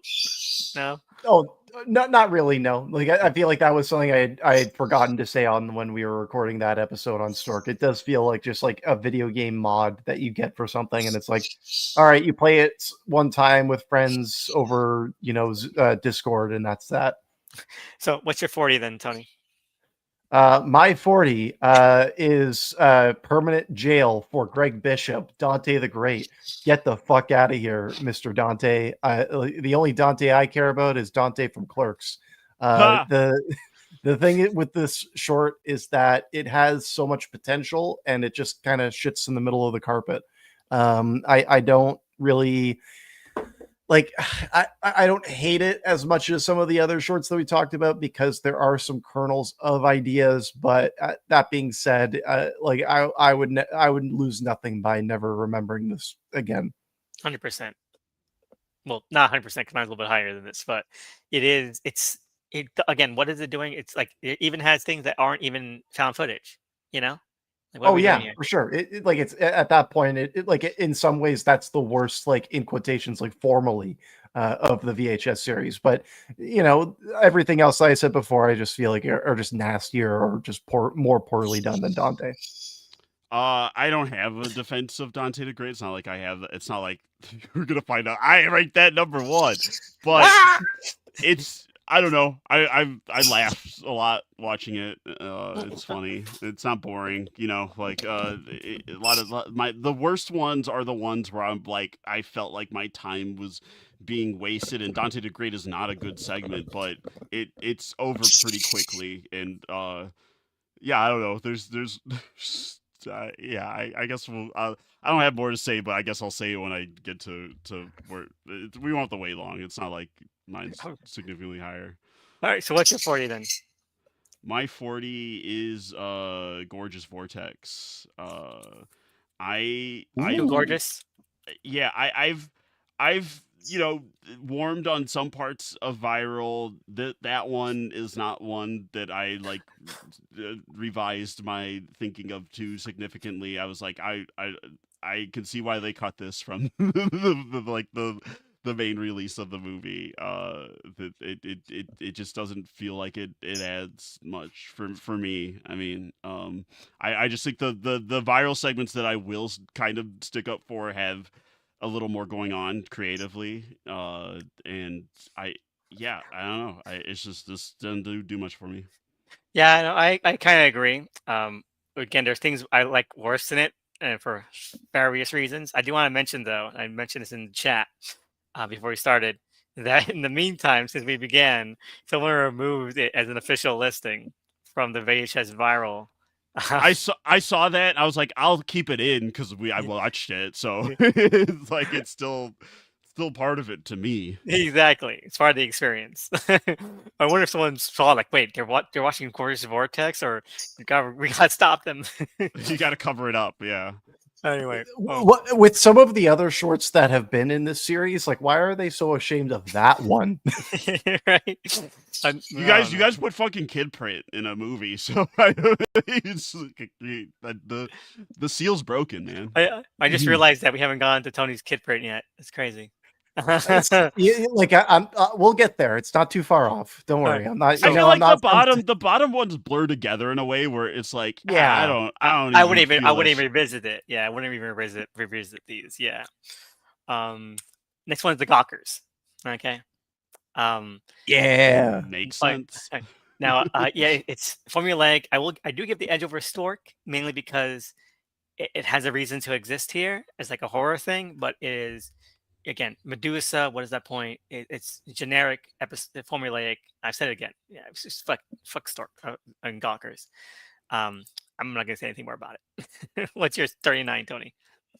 You asked for kid print, you're getting kid print. Oh, The thing is that while I think that like from a subject material standpoint, it's probably more heinous than some of the other ones that I've listed so far. I think that like there are kernels here where I could imagine this being a better film than what it is, and the fact that it really is held down by the limitations necessary in being a VHS segment, and you don't want that. You don't want to have a VHS segment that is struggling to feel like a VHS segment. It's why it sucks. yeah, no, I have all of us have said something about Kid Print at this point. I don't think there's any point in reminiscing. It's a good time to get drunk and forget about it. Yes. All right, what's your 39, Doug? My 39 is tape 56. I forgot that I had already put it. I was like, wait, have I not done I was like, okay, I guess those other ones I just cared about less, but this one also, like, we're gonna begin to the other wraparounds pretty shortly because they don't most They of them don't improve that much. they don't do much for me overall. I mean, like there's like it slight iterations that I'm like, okay, that's like an improvement, but 56 was the, it started it all, and it almost made me want to end it before. Like 56 was like such a rough way to start VHS 1 where I was like, did I make a mistake agreeing to do this?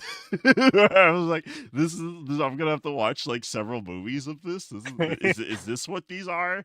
And then Well, thankfully there was more creativity in what followed, and like even if there's some unevenness in other segments, it's like, well, okay, we're not fully doing that, but it was rough. very rough. But let's move ahead to 38. My 38 is Live and Let Die. Whoa. I'm sorry, I don't like it. I don't. It's annoying. It's screechy. It doesn't know when to stop. It keeps on escalating things, but escalating them in a way that isn't scary or entertaining or exciting. It's annoying to me. It's annoying. It's like nails on chalkboard to me. Especially that ending, like that guy's like, I don't care. It should have ended like 5 minutes ago. All right, That's bold. That's bold that you put it there. I gotta say. I hate it. It's not like one that I love, but I definitely don't hate it. Like I I hate think there's I mean, I'll get to it when I get to it, but I think like the setup for it is solid. It's solid setup, and that's where it should end it. Yeah, it does go on for too long, or it just could have had a different second half, and I would view it way more favorably. That's not what happened, but that's it is what it is. Let me just say, this is where we start getting into the mediocre ones for me. Like the next batch for me, like these are just okay. So if you haven't seen one yet, then I think they're just like okay for as we move along. Right, it's not like the bottom ones where I'm like angry. It's more just like it's hard to feel too Care. strongly. Yeah. All right. But what's your 38, Tony? My 38 is going to be Holy Hell. Yeah, I feel like we've kind of gone over this one quite a bit, but just to kind of echo some of the things you guys have said about that, it really doesn't add up to much. It is a fun subversion, I guess, of the previous tape segments from the other wraparounds of the earlier films, but also there's no meat on those bones. There's nothing really there for you, and there was a lot of meat on those ones. I thought, Baba Booey, you know what I'm saying? But the thing is that it's you're not going to remember it. This is something that's it is another formality that just there's no reason for it to exist, and it's why it's so low on this list. It is. What about you, Doug? What's your 38? My 38 is Techno God. Listen, Whoa! like there's worse ones. This isn't like my least favorite one. It's just like it's pretty boring to me, and it's close to me. I'll say you're so yeah. Yeah, it's like I think we talked about when we were covering it. Like there's ways you could, because they capture the vibe of this kind of like performance art bullshit that you like went to on a, you know, like a friend asked you to go and you're like, oh, what is this? And then it captures that vibe, but it could have played that out in a like more interesting or creative way, because it's like they don't like, one, they don't have the budget to do much within the virtual space, and then their idea of like, okay, what does the techno god do like when it's summoned, like, it like rips her skin off, oh, you know. It's just like it's really, with these last few ones, I start really feeling the repetition of like, we don't have any better idea of like, not even like Let's of just what the pad it. premise is. Yeah, Let's just we're just pad we're it. just gonna pad it, and then at the end, there's gonna be a gore effect. It's crazy, and she died, and then yeah, it's not even like the best punchline. Like, everyone starts clapping. Like we said, it probably would have been funnier if people were just kind of like, like, not nonplussed by it, and we're just like, oh, okay, it's over. Yeah, I know it. I would put it lower, but I really locked in. No more cheats for me. Okay, the rest of it's Lock locked the in. gates. We're Yeah, locking no, the I gate. can't. I'm too. I'm also just too late. I don't want to keep moving things on my Excel sheet, so it's locked in now. All right, so 37, Dream Girl. Okay. Again, the next batch are just mediocre ones for me. Like, this one had an interesting thing at the end and in the middle, but I feel like this would have been better if it wasn't a VHS segment. It had no horror element, or at least it was more suspense driven. Because then she becomes a robot, you know, and then kills everyone. And it's boring. Like, that has nothing to it. You got rid of the thing that were interesting. That's me. Mm-hmm. Yeah, it's got some interesting commentary, but it just kind of becomes too formulaic and predictable by the end. Yeah, like, okay, so she's like living this harsh, strict idle life, but she's also a killer robot, so that probably was a good thing.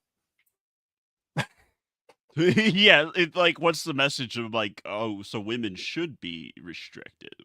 Patriarchy, good. Okay. Exactly. It's necessary. Yeah, gotta keep those fembots in line, okay? You see what they do? We just let them out. They just start killing people. You can't unleash them. Anyway, what's your 37, Tony? My 37 is abduction adduction. Whenever you decide to put the digital corridor crew in your short film, you're losing. You're failing there. Just a really miserable try. It's trying to do what Total Copy did, just to failing degrees. And while I do like how it wraps up, I do like how creepy the look of the alien is, and I like how creepy that visual of throwing the camera down the person's throat. That stuff works for me, but the entire film of VHS Beyond is hurt by having this as its wraparound. Agreed. Yeah, no, it's a lot of pontificating over things that you don't really need to care about. Just get to the good stuff, because the rest of this is just a computer. Yeah, and it's like it's really a bad decision to announce that you're in Canada, and then it's also another thing to make it feel like it was made in Canada. Just nothing about it works well for me, except for the ending. Agree. What are your thoughts, Doug, or move on to your 37, whichever you wish? I'll just move on to 37. I don't have much to add there. My 37 is Dante the Great. I mean, he's not that great, apparently. Oh. Hey, it's better. I think this director should be serving a life sentence in jail for Siren, but this is nowhere near the crime that Siren is. Mostly because Siren's like a crime of wasted potential, right? I wasn't expecting anything from Dante, so I'm not like offended by where it ends. And like I said, like I got a couple laughs out of me, but like it's pretty much a whatever. I feel like a really mediocre Twilight Zone episode of like the 90s or 2000s one. Yeah. Right, because they have those premises all the time. Like someone finds a magic object, or I even thought about like my favorite Nolan movie, The Prestige. Is like, what if people did Magician Found, like quote unquote, it's real I mean, it's not magic. It's just Tesla made a fucking cloning machine. But it's that something that's beyond someone who's normally doing parlor tricks is like they stumble upon something they shouldn't, and like that's a premise that has some juice to it. This doesn't capitalize on this at all. It doesn't seem like it's really interested in exploring that idea. It's just cheap thrills that aren't even that thrilling. So that's Yeah. that's what it No. is. Yeah, I totally agree. But somehow it's still higher than either of you guys put it. I'm really interested to know where Dante is. All right. Next one, God of Death. It's up here because I do like the conceit of it using 1985 in its premise, Right. and then that's about it.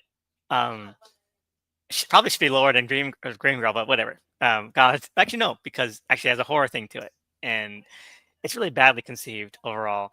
I guess you could have gone somewhere, but no, I'm not gonna defend it. Screw it. God of Death is there. You guys already had God of Death. Let's move on. What's your 36, Tony? My 36 is Stork. And as we've discussed, this is just a waste of potential. It's a waste of time. And one thing I don't like about it, and we said it on the episode of that film, the problem I have is that there's no stakes. You don't really see anyone die. Everyone's kind of successful in that short. And that's its own subversion in a way. But that subversion isn't as interesting as other subversions we'll get throughout the series. The characters are overwritten to the point where it feels like parody, but the people who wrote it feels like it's like, in quotations, badass. I think Elvis, you said it was like fan fiction. It does feel like somebody like imagining what their ideal VHS thing would be, but it's written by somebody who's like sells blinds to old people every day, and they're not a screenwriter. So it's just a really poorly considered short. You could probably enjoy it if you just like turned off the sound and watched like the visuals of like chainsaws going into people. You could probably get something out of it there, but other than that, it just sucks. Yeah. No. I don't have mine significantly higher. It's not like that's my favorite one. It's not, like you said. It doesn't There's not really much stakes. It just feels like you're watching someone play a video game in a not good way. Sometimes watching someone play a game can be fun, but this is like it's very fan fictiony, and it's I almost would just rather look at the artwork that inspired it. All right. No, I definitely agree. Well, one, because in the artwork they're like regular cops and not like super SWAT team, you know, which is Yeah. could be more interesting. Like, oh, well, these just regular cops come across this stuff. Well, You know? because that adds to the haziness where I'm like, so these guys know about the super, like, are they Ghostbusters or are they not? Because they also are like taken aback by like what they're finding in the house, but also they're not over what they're like trying to do both things. They're warden. That's all you need to know. You're like, what is that? I want to know. Give us the rights. We'll make a warden movie. All right. So what's your 36 then, Doug? My 36 is Dream Girl. It's hey, a crazy cyborg girl getting loose and killing people. If you told me that was like a story in a vacuum, I'd be like, yeah, that sounds pretty interesting. Especially with this one, like the commentary on class in Indian culture, but then also like idol culture. Like there could be some interesting commentary on those things, but it doesn't really feel like the segment is like wants to do anything with that. So it's a squandered potential. Like I think the actress who is like the Isle of Dream Girl, like she seems like she's talented. Like I wish they had given her material that like maybe more explored some of those ideas, and she probably could have pulled it off. They're just like not asking much from her, so it's like I can't really gauge. It's like Yeah. I try and give performers the benefit of the doubt in that regard. It's like you're only as good as what you're given. Really, I mean, a good actor can elevate like mediocre stuff, but it's like only so much, especially when it's like what really is there here. In this scene, you're gonna start moving your hands like you're shooting somebody. Yeah. There's a lot of room to like really jazz up the scene in that way. So yeah, not really. So it's just it's some squander. Like there's moments like there's I like when one of the guys like points out is like, oh, she's not struggling, she doesn't have to work again in her life and she'll be fine, like we're the ones struggling, like and you could explore that dynamic more, but then that same character is like all starstruck later when he's like in her trailer. So it's like, oh well, and that is a cognitive dissonance that real people have, where it's like they're spiteful of you have this have and have nots dynamic, but then you also still idolize people of that. Like you could explore that dichotomy, but they're not doing that. It just turns into like a generic slasher thing, like a lot of these things do, where it's just like, she's killing everyone now. Yeah, I guess so. Um, I guess yeah, no, I don't disagree. I think I said most of the same thing. It's like it's interesting stuff, but then people have to die, you know. So whatever. Right, it's like, why is that, why do we have to do that with every single segment? Why can't there just be like a thriller one? You know? What if they did a segment that's not horror at all? It should just be like, I don't know, just like a slice of life, like almost like hangout thing. That was maybe there's like tension of like, oh, is this about to get spooky? And then it doesn't. Oh, we did get one of those, but I don't think you'll like my answer. It was Second Honeymoon.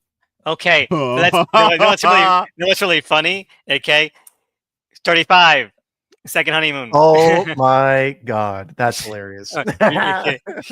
So again, look at where Dante the Great is not on my list yet. Dante, stay winning. Exactly. He is Dante the pretty mediocre, and this is even more. Second Honeymoon, I just hate it. Okay, because it's just so tedious and trite, and I there is it would be more interesting if it didn't have the ending it did, because like the idea, like, oh my god, it's like who's filming it? Oh, it's just they're cheating on the guy and they kill him. Okay.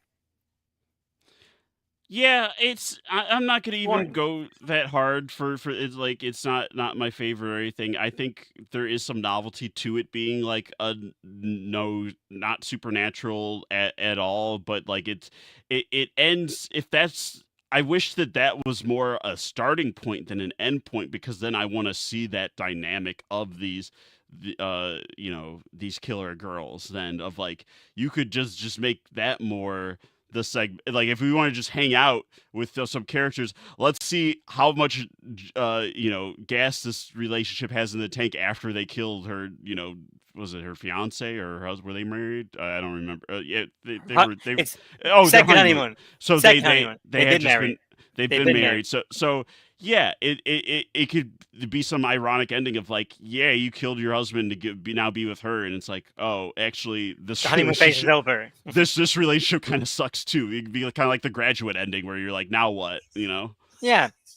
Anyway, it sucks. It's boring. I'm holding my tongue. All right. We'll hear your thoughts when you get to it. What's your 35, Tony? My 35 is Gorgeous Vortex, which I'm surprised that it wasn't lower, to be frank. But what I will say is that while it is not, while it's not a found footage film, like you said, Elvis, it is gorgeous. It is well shot. The problem is that its themes are like, I got it. The problem is that it was really I would go so far to call this pretentious. I would call this pretentious because like it's a very obvious theme in what it's getting at, and it's abstractly abstractly captured, but the images themselves aren't really horrific. They're not really I'm not really scared. My blood isn't pumping when I'm seeing this. I'm more so just kind of like rubbing my chin. There's an element that I appreciate about it, and I think when we did talk about this, I said that it reminded me a lot of like early Brandon Cronenberg, specifically like the one he did with Caleb Landry Jones. Like it feels like that movie, but it's not the worst thing in the world, but also it doesn't really amount to much. 100%. It's like a student film, Yeah. Oh yeah, 100%. This is totally this. We've talked about how this franchise is kind of like a proving ground for young filmmakers. This feels like the most amateurish of maybe all of them. Yeah. What's your 35, Doug? My 35 is tape 49. Like it's a slight iterative improvement over 56. Like it's not the worst wraparound one. It doesn't. I'm not as offended by it. By the like, I actually think like the ending beat is kind of neat. Like we get that good effect with the tongue. Like after he blows, you see the one guy blow his face off, and then the Yeah, tongue that's pulls cool. down. That looks cool, but it still doesn't feel necessary. It's not really adding much other than that ending gag. It's just it's just one of those like what are we doing here? Like why did this need to take up as much time as it did? And I think the answer is no. 100% no. Get it out of here. Burn it to hell. Not on my list yet, though. Haha. Neither is Dante the Great, but Oh. I'm losing. Oh no! Techno God, yes! Dante the Great is still alive! Alive in our hearts. Okay, he's beating the odds. Okay. I'm starting to like this underdog. So Dante's Techno gonna be in the top 10. I'm calling it. God. Okay. That would be a coronary. Like I literally just like. It's okay. No spoilers, okay, but Techno God, I agree with everything that Doug said.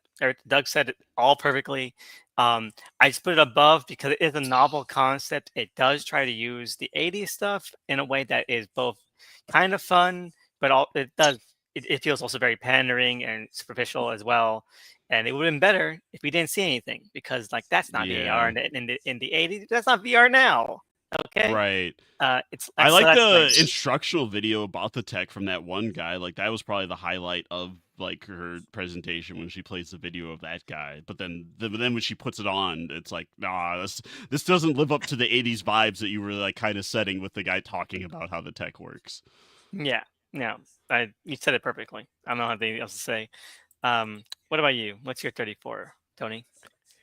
It's gonna be coochie coochie coo. Yeah. So I like separate from the AI stuff, right? Because that certainly is a major contributing factor in how it's this low. What I will say about the short is that it does have some kind of potential in how it's set up and what the protagonist's motivations are in relation to the threat of the film. And the problem is it just takes the cheap and easy way out at all times. And the creepy in quotations things that we see in this are less creepy and more disturbing, but not in a thought-provoking sense, but just in a gross way. So this is a short that kind of shows the inexperience of this filmmaker, similar to Gorgeous Vortex, but it's I would say almost more disappointing in the sense where Gorgeous Vortex just does its own thing, and I'm just kind of like, whatever. Coochie Coochie Coo shows that there's some promise there, but it really drops the ball. It really does. Any other thoughts? No, yeah, I think I said what yeah. I had. What's your 34 then, Doug? Lock and load, folks, because we're going stork hunting. Wow. Booey. The latest Doom mod, stork. Like, yeah, if this was a Doom mod or some kind of like video game like tech demo, then I would maybe be more favorable to it. As something I'm watching, it's pretty stakes. It's kind of sauceless. It's kind of stakesless. It's like you could do some premise of like some. Like the premise is murky because like I said, I'm like, they're wardened, but is that like a sect within the cops? At first I thought they were just vigilantes or something. I'm like, no, they're not. There's like, it's just like, it's very muddled of like what we're even doing here, but they clearly don't care about that because they want to just get to the action. But then the action itself is just like, it's fine, like it's not. I'm not. Even when the one guy who doesn't have a weapon gets separated, you're like, okay, finally, here we go. Either this guy is gonna get brutally killed, or he's gonna have to like improvise something like creative to get out of this. And it's like neither. They're like, okay, what if we did a third thing that was boring, and none of those happened. And then it ends. I mean, the design of the stork thing looks cool. Like these kind of zombie guys are they look fine. Like I don't have any beef with the aesthetic. It's yeah, I don't know. Should have stayed concept art. Yeah, I agree. All right, so it's moving along, friggin' along. Number 33. What could it be? It's Ozzy's Dungeon. Oh no! Okay, I've already said what my piece on it in the episode. I find it just too corny for words, and I don't like the idea of Ozzy's Dungeon. It doesn't feel real to me as a show, and the rules of that universe don't make sense to me. Not scary.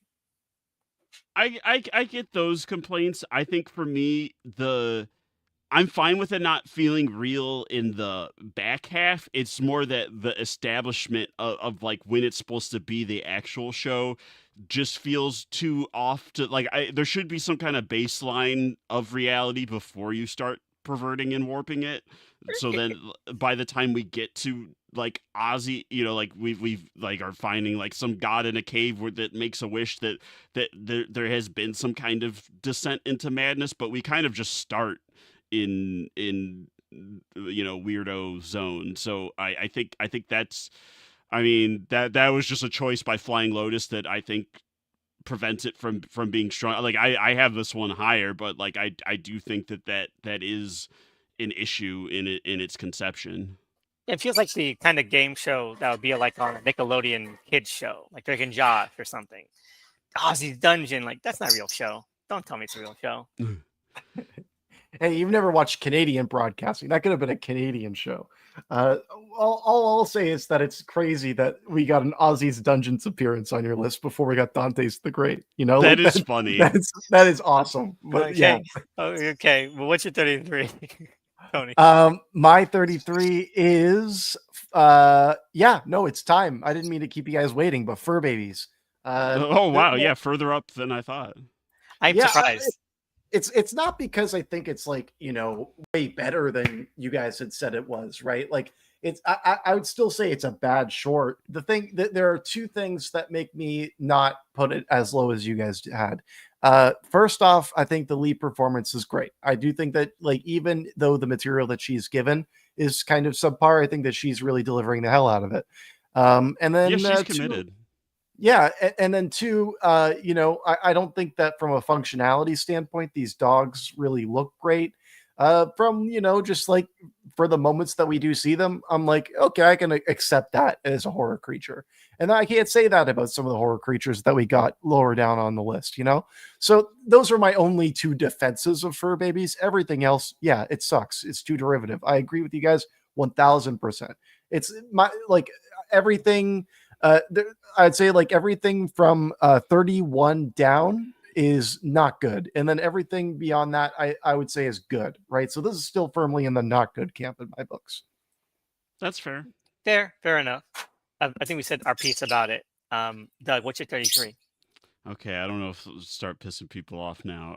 I have Fun Size down here. I know you guys. Oh my like god! Fun. My! It's not even my least favorite. Like it's just I wasn't having the best time with it. It just felt like it was trying too hard to be that kind of like Adult Swim vibe. So it was almost surprising to find out it was a guy who has made segments like that. Where I was like, oh, you've done this much more naturally. Like it just feels like you're putting too much mustard on it. I think Fun Size himself or itself is also trying really hard to like be iconic, and it's like you kind of have to just let that stuff happen naturally. I do like the gag of the couple, and like this is what is the catalyst for their dramatic breakup, and that final joke of like I do not is funny. I just I'm more on the side of like Elvis, you were saying during the episode, like they're annoying but in a funny way. I wasn't finding them too funny until pretty much the final moment. I was mainly more just annoyed by them. I can see that. I was wondering like when the shoe was gonna drop, like and that isn't the point. So that colored me a little bit on that. But I agree in the different mindset. Fun Size could be very not workable. Yeah, and it's like it's not like I think there's nothing redeeming here. I like that concept of like that they're just being like tortured by this trickster thing now, and then they're gonna get turned into like evil Willy Wonka. Like that sounds fun, and there is fun bits to it. It's just I think there's like a lot of filler in between. Like it feels at times almost like one of those, like a bad example of a game where you have to do a lot of backtracking, where it's like I don't know if it's a matter of like that there could have been more traps or something down there or something, because it just felt like they're just, it's missing something to take it over to the next level. And yeah, it didn't fully get there for me, but I don't hate it. I just realized we're like halfway through our list on Halloween. Is Halloween the worst one? Yeah. It's pretty down there. Yeah. Like honestly, like between Halloween and Viral, I think are the two absolute bottom. Viral may have jumped a couple ones after this recent. I'm like, Viral fucking clears Beyond and Halloween. I don't know. So let's keep moving. Okay, so I didn't mean to keep you guys waiting. Okay, but 32, Dante the Great. Hey, there here he he is. is. I really enjoyed it. Again, like I mentioned, it's like a mediocre episode of like the 2000s Twilight Zone or 90s Outer Limits, but in a good way. I like that. Complimentary. It's stupid. It's silly. Got a really boring premise, but I love the tone of it. It's campy, but not too campy, and then just ridiculous and BS in other ways. I love it. Not love it, but I love how stupid it is. It's not annoying to me. It's just perfectly stupid. Like you know what? I could watch this one. I could watch like 5,000 VHSs if they were this kind of like bad. You know? Because there's a level. I noticed this about rewatching VHS. Like all the performances throughout are like they're bad, but in a way that I like wasn't annoyed. It was like the kind of like bad horror acting where I was like, you know what, this is tipping back into fun. Like I don't know, I'm having a good time. All right. But what's your 32, Tony? 32 is going to be Dream Girl. Yeah, it like the best parts of it happen up front, pretty much. Like, you know, like I like that we get that Bollywood musical number, and I like that there is an in-universe reason for having cinema grade cameras. But you know, the threat itself feels like it doesn't make any sense from a thematic standpoint. I'm not really scared. I'm not really on the edge of my seat. The creature design is pretty bland and banal. The actress is great. I think that the people in the ensemble do a serviceable enough job, but it's a short that's lacking many authentic, fresh ideas. Agreed. Any other thoughts, Doug? No, I pretty much said my piece on that. Right. So what's your 32? The abduction, or whatever the fuck the Beyond wraparound's called. Like, yeah, this is, none of the wraparounds are really that good. The only reason that this one like it gets a slight edge is it's just the theme. Like, even if it's a lazy bozo version of like what that kind of alien documentary would be, that's still like it does something for me. Like, I don't think this like it's that well thought out in that regard. I think it's kind of biting its own tail in some, like the buildup of like what this footage we're going to see is of the end. It's like it builds it up so much where it's like, if you had just shown me that image of the alien in the bedroom on its own, I'd be like, that looks pretty good, that's creepy. But then it goes too far when then we then have to get the close up of it, and then the camera goes down the thing. Like, then all the believability, because the reason to do it as a longer form wrap around with all this extra padding is to like build out the believability of it, but then you're throwing that out of the window with that. So it's like you got to pick one. Like, you either need to, are you trying to make this like a real like alien documentary thing, or do you want to do that cool visual, because it is a cool visual of the camera going in the mouth, but it's like it feels like it's defeating the purpose of like what you want to be doing. Like, I think it was already a creepy, effective visual on its own with the thing in the bed. I'm not saying that justifies that time we spent building up to it, but at least that would have been more consistent in terms of like this world building they're trying to do within this like fake documentary. But it's at odds with itself. I think that alien looks cool, so that it gets points for that. 100%. I don't have anything else to say. Yeah. So 31. Hate 49. All I'm gonna say, I like the mouth effect, and it doesn't feel like I'm wasting my time. It's quick, quick, quick. Okay, I'm done. My pick for 31 will be Techno God, and as I said before, like everything beyond this point, I would say is now good. This is the last of the bad ones, and the reason that it's at this like level is because I think that this one shows the most amount of potential. And it saddens me how it loses its potential. I really do like the environment that we're given up front. I like how it's set up to us, but at the end of the day, it just doesn't really pan out to the greatest payoff, and it just feels lackluster. The commentary that it sets out to at the front of it that feels incomplete by the end, and there are a million universes where this could have been a slam dunk, and I'm saddened that it wasn't. Understood. What's your 31, Doug? My 31 is treading. Like I think we're at the edge now where it's like there's ones that I pretty much like have there's elements that I like of all these, even if they're not like the best ones. Like I think we take a little too much time to get to the venue is my main complaint. I think it sets up like a ghost story of like what happened to this other band that sets a mood. I kind of wish that there was more specificity to the spirit itself, because like specifically invoking that it's a Buddha, it makes it I kind of like wanted the payoff to be more creative. And I mean, it's a good gag at the end that it's like they're restitched together and then they make them play the song. That's funny. But I just think with that premise we could have done a little more. But overall, like it's fine. Like yeah, I'm not like mad about like yeah, all these ones going forward. There's they're pretty much in the fine to good zone. Yeah, I agree, and I'm not something else to add to that. I probably cannot say anything else other than that on my other one. Then, let's move to 30. My 30 is Storm Drain. Okay. Oh my god. I don't like Ratna. I don't. I think we don't see enough of him. Yeah, I think that the design is boring, and I think that the way that the short plays out is uninteresting and also boring.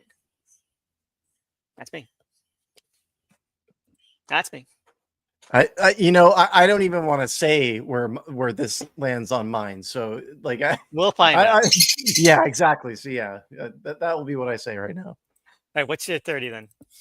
My 30 is going to be Ut Supra Sic Infra, the Paco Plaza film from Halloween. As above, so again, below. Yes. Yes, I wouldn't say that this is a bad short by any means. I just think that it's, as I said moments ago, it's too static for my liking. It's very competently made. It's a passing grade. You could show this to somebody and they'd be sufficiently spooked out. But ultimately, I've seen a million found footage films, and this would rank in the barely registers in terms of like inventive or inspiring. So that's why it's as low as it is, but it's by no means bad. It's pretty close to mine. I put a little bit higher, but yeah, it's, as I mentioned when we talked about it before, it's simple. Exactly. Yeah. And that, like, for me, it's like I said earlier, it's like the big swings matter a lot more to me than the simple stuff. And it's not like it to demean the simple stuff at all. All right. Yeah, I mean, I agree with that ethos. Like, typically, my ones that are higher are the bigger swings. It's just I think that one's solidly executed, and yeah, there's just something said to like keeping it simple and short, and the just doing it strong. So mine's the higher for that, but we'll get to that when we get to it. What's your 30 then, Doug? My 30 is Vicious Circles. Oh, okay. Yeah, I think I've already done all the other wraparounds at this point. I think you have. Yeah, so by default, Not You haven't done argument. Total Copy yet, have you? Army men. No.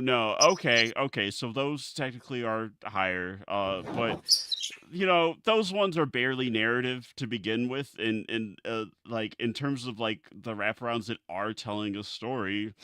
I mean, maybe by default is Vicious Circle the best one. I would say so. You guys don't want to believe where it's on mine. How high it that's is not on even mine. Doug. It's not even true of your own list. You can't say that. I'm saying of because the army men, that's not narrative, that those are just sketches, and then Total Copy is more just vibes than actual like plot, like there's not really an escalation. It's more just like there's like, yeah, let's keep testing. Oh, that's interesting. Mm. Keep testing.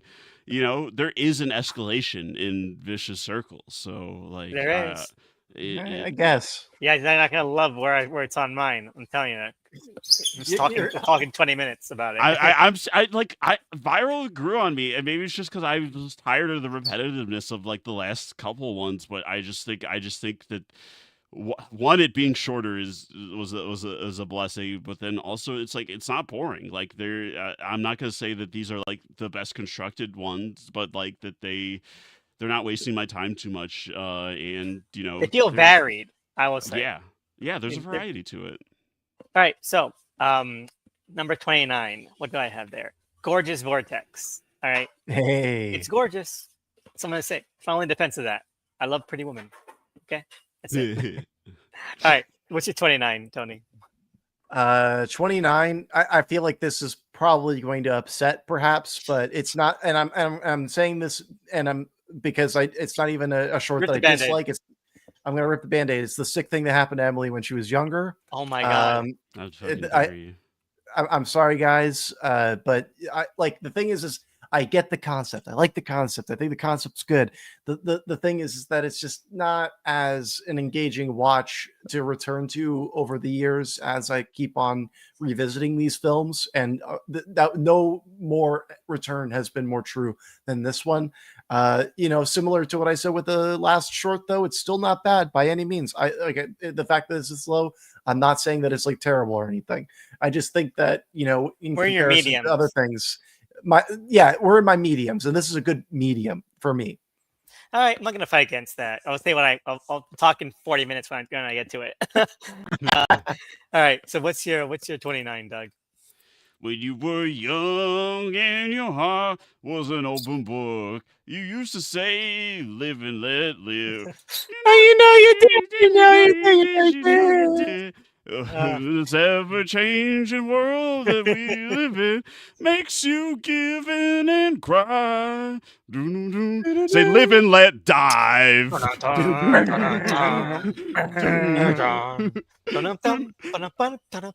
Anyway, go And ahead. that's kind of more entertaining than the segment itself. I mean, it's not like I like this setup a lot. Like, and it's just that it keeps going, and the main issue is that the design of the aliens looks cool technically, but it's like, what are we? It feels like that they're from a different segment than what was set up initially. Like, I almost would. We talked about it in that episode, but it's like, if we're gonna keep going after that setup, could it just be like, okay, these divers now just have to survive in the wake of like whatever the fuck's going on. They might not even have a clue of the bigger picture. Like, they saw a ship and jets fly past. For all they know, like World War III with aliens could be happening, and they just have to like figure out the scenario that they're in. Like, that to me would be more compelling. Like, it's like all right as it is. It's just by the end, I'm kind of like, all right, let's wrap it up. Agreed. I'm not gonna argue the point with that. Agreed. I noticed that Tony hasn't said it yet, so You're gonna have to keep waiting. You're gonna have to keep waiting, unfortunately. 20 more minutes, huh? Yeah. All right, so 28 is Army Men. Okay. All right, yeah.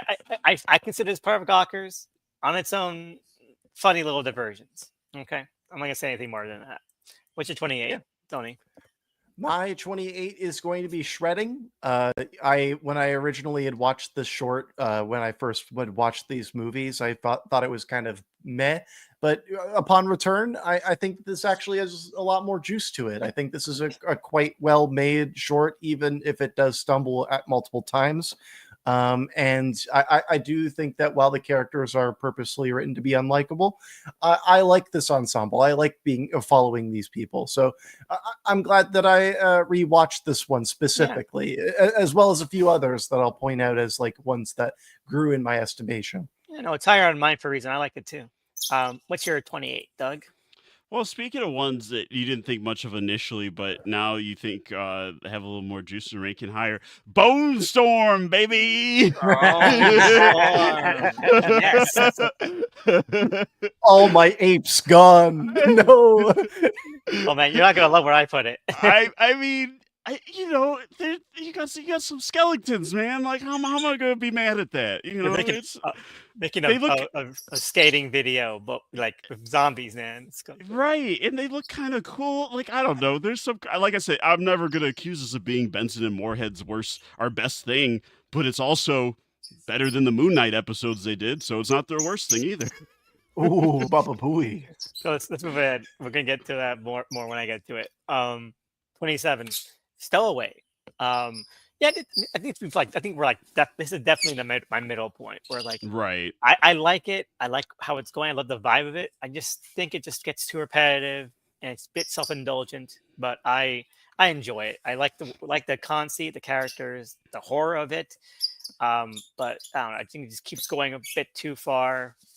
You know, I would like it if it was shorter. That's my only piece on it. Yeah. Any other thoughts? My next entry will be the subject. I think that it's a solid inversion of RoboCop in many ways. It also feels of a piece of like Tetsuo the Iron Man, but it just doesn't reach the heights that Timo had done with Safe Haven, so it feels like a letdown in those areas. And also, while it has strong narrative beats and character motivations and the ways that they react to their environment, I like all of that stuff. I just wish it went a bit further. I really enjoy it though for large portions, and I think this is a very solid outing. Yeah, I think that it's I think by default the most like video gamey one. Like I think Elvis, you point out that it's basically like you're watching Doom because initially I was like, what's really that 90s about it? But then think about it, like, oh yeah, this is that like first shooter. yeah, it's a boomer shooter basically, and I think it does a good job of that. It's not. Timo's done better work elsewhere in this series, but it does have like some actual like emotional beats which I think land. Like I like that moment where she sees herself in the mirror and like there's it evokes that kind of like RoboCop-y like ethos of like, yeah, there's no going back now, like you can't be human again. And I have appreciation for it for that. Yeah, completely agreed. I mean, I like it, so it's up around mine. What's your 27, Doug? My 27, Ozzy's Dungeon. I think I already, aired some of my grievances with it. I ultimately land on like it's not like a favorite or one that I really plan to revisit. I just like it's such a weird odyssey of the first time I watched it, especially because this was in the one that I had seen before we even before we binged all of these. So like this was like the first VHS movie I had seen. So by the time I got to this segment, it was just a ride of like, what the fuck am I watching? And then by the time you get to the end, you're like, okay, so there's like a fat god in a pool and he's like making a wish for them. Like this is fucking nuts. Like I like that escalation of it, and I think the host does a good job. Like that actor's like there's solid parts to it. I just think some other parts are not. It's not a well balanced segment, I guess. But it's overall like there's definitely worse ones. Yeah, definitely. Let's move up to 26. Mine is Total Copy. All right. Mhm. I liked it more on a rewatch than I did the original version, but I still find it repetitive. I do like the build up and mood of it. I just don't like where it ends up. The payoff is really, really lame. Yeah, it really falls apart in those last like few minutes. because the vibe and look of it are great. Like aesthetically, like if I'm just rating it as a thing that I look at, and it also even if it doesn't fully build to something satisfying compared to other wraparound ones, like I'm not annoyed of when we cut back to it. It like does its job in that sense of like it's like a palate cleanse, but not one that takes me out. It's like, okay, we're going back to this kind of like a somewhat soothing baseline just because I like that aesthetic so much. I'm like, okay, more of this, even though it's like, pretty much repeating the same beat, but it's just like, oh, okay, this is nice. And it's really just the ending that makes the whole thing kind of like, we could have done more here. Yeah. It's probably the only short that I feel like I would watch in my spare time. In terms of like if this was a real thing, I'd watch that television program, that Total Copy is from, that's the kind of thing I'll say. I get what you mean. Yeah, I get what you mean. What's your 26 then, Tony? My 26 is going to be. Oh, hey, can everyone check the time right now? Because the Devils do. Oh my God, you got me scared there. So yeah, I'm kind of surprised that I have it the lowest here, considering I was the one that was like, we should watch this one again. And out of the ones that like coming back to do this series, this was the one that probably went down the most in my estimation. That being said, I still really like this movie. I think that this is still like a pretty solid found footage film, and there are a lot of things about it I admire. Some things that I didn't really drill into much on the episode when we talked about it. I really like the fact that there's a lot of like licensed music. That's something that you don't really get a lot in these found footage films. They usually just use like stock stuff. This feels very lived in that way. I just don't like the fact that it really just does hit those same Rosemary's Baby beats. Another thing in the massive positive camp, the lead couple are great performers, and I love how this film starts out as a comedy and then turns into a horror film. So that's my piece on The Devil's Due. Yeah, no, I totally agree. But I think maybe because you came with it in mind, experienced it the first time. I think I really like the novelty of it. I'll get more into that later. Yeah, I'll save my thoughts for when we get to it. So, what's your 26, Doug? Second honeymoon. I didn't love it. Although by default maybe higher than a lot of other Ty West stuff, Texas Instrument West stuff that I've seen.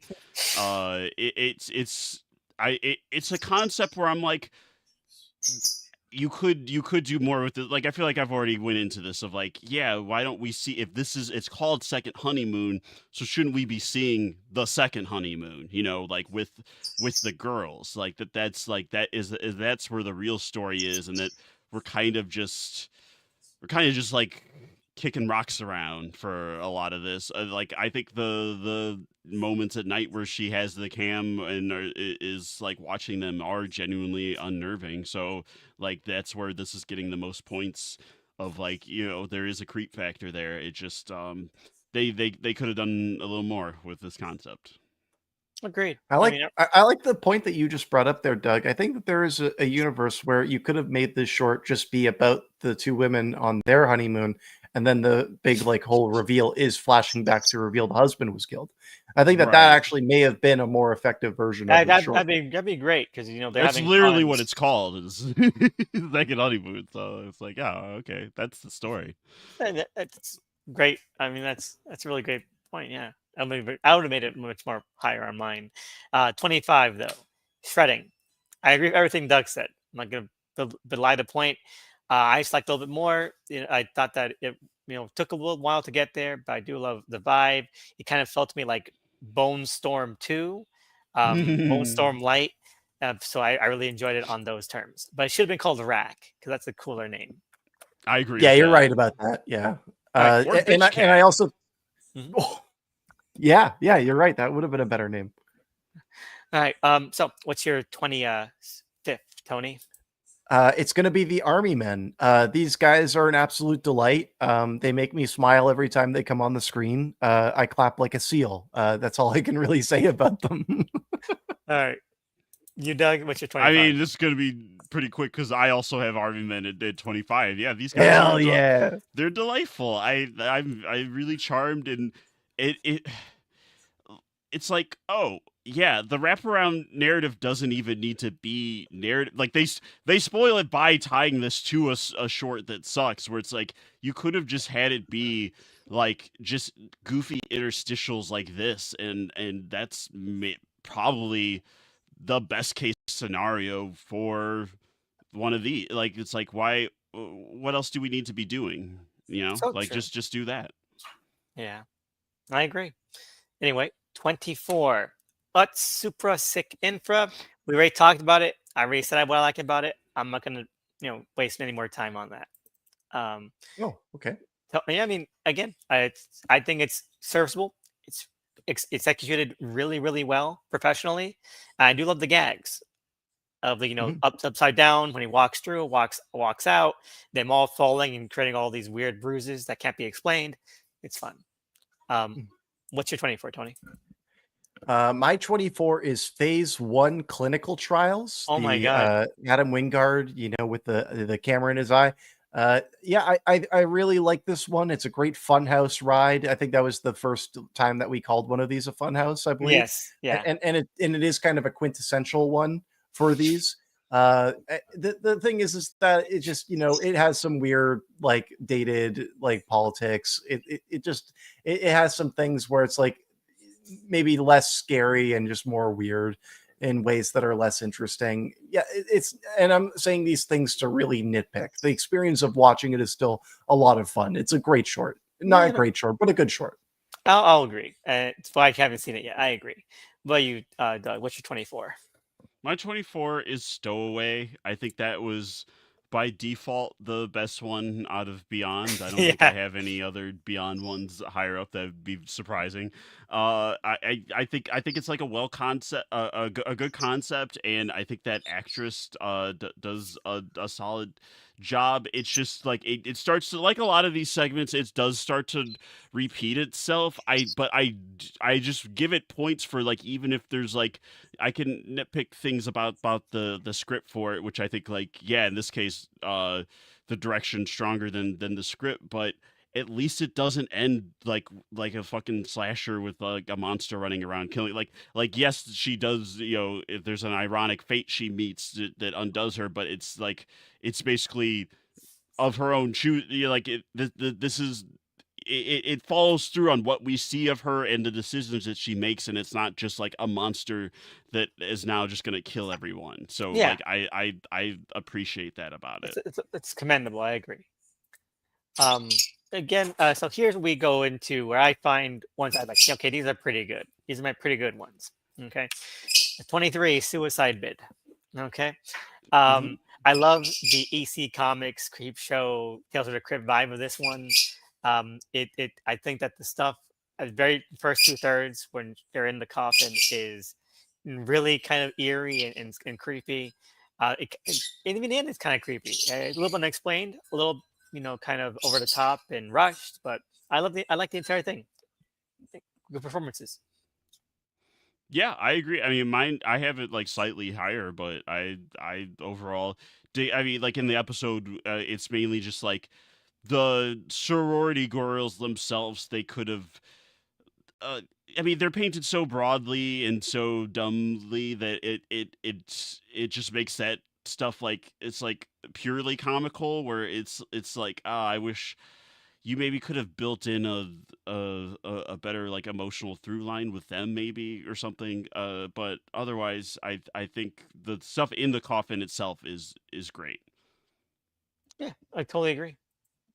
All right, what's your 23, Tony? My 23 is going. So I'm kind of surprised how low I put this one, but it's how I feel. Damn it! It's Home Haunt. Oh my I god. think I think this is still a strong short. My problem is that it just doesn't go far enough for me to think that it crosses over into like an all timer, which this very well could have been, but it just falls I, short where it needs to be. Yeah, I'm not gonna argue with that point. I think that there are things that draw it back, but I just love the vibe of it. It's a vibe one for me, very It's a much so. great vibe. You're absolutely right that it's a vibe thing, and out of Halloween, it's one of the least offensive in terms of like not just in subject matter, but just in terms of watching it, So I do give it a lot of credence in that, and that's why it's firmly still within like the good realm, right? It just doesn't go beyond and what I'd want ideally from a VHS film entirely. You know what I mean? Like it's just it doesn't stick the landing just perfectly for me. 100%. I think that's fair. Fair. What's your 23, Doug?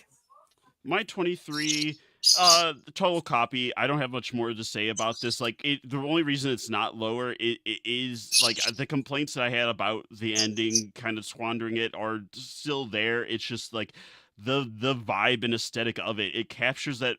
Like if you've ever played the Control games of how those like live action test videos, they'll be like where there's like yeah. they have some kind of like cursed or haunted object that they're studying, and you see some like live action video of them demoing like what to do with it.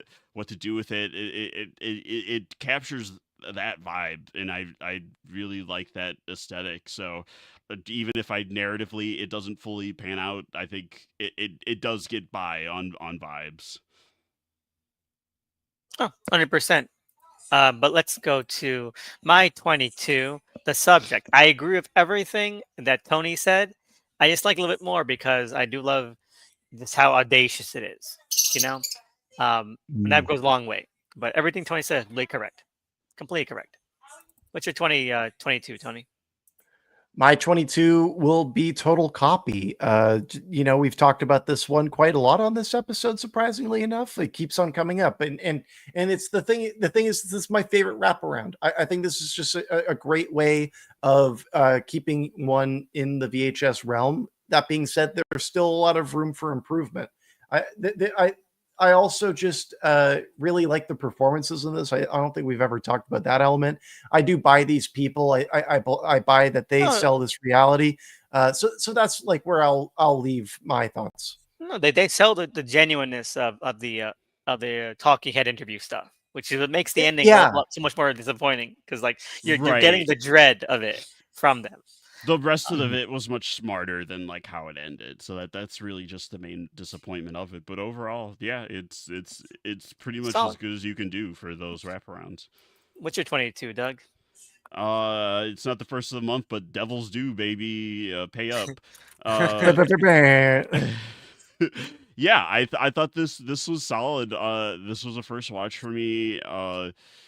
This is maybe beside. I mean, we'll get to something else by them, but like of what I've seen by the Radio Silence guys, this is like some of their finest work. I just wish that the movie that we get for like the first 2/3 basically is smarter than how it ends. Like it does get like a little rushed and by the number, where I wish, because we mentioned before like how good their chemistry is, and it's like you kind of do throw that out the window a little bit when she like is fully possessed, instead of just lingering in that it's more interesting when you're in that gray area where you're like, how much of her is still in there, and like that's more of a zone that you could play. Like I just think there's so many different directions you could take it in that final act that would be more interesting than what they did. But that doesn't negate that the first like hour of what I'm watching is like, oh yeah, this is way better than I even would have thought it was.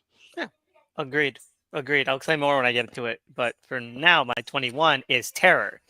Which I like more on a rewatch. I this was originally lower, but I do love that it does have that sense of like outside context issues. Like this is white supremacist group, domestic terrorists, and then like there's a vampire for some reason, and that, like their ineptitude and shenanigans with that I find really entertaining. So it's got a good mood, good contrast, good conflict. I like it a lot. Hell yeah. It's a fantastic short. My turn. Oh my god! We're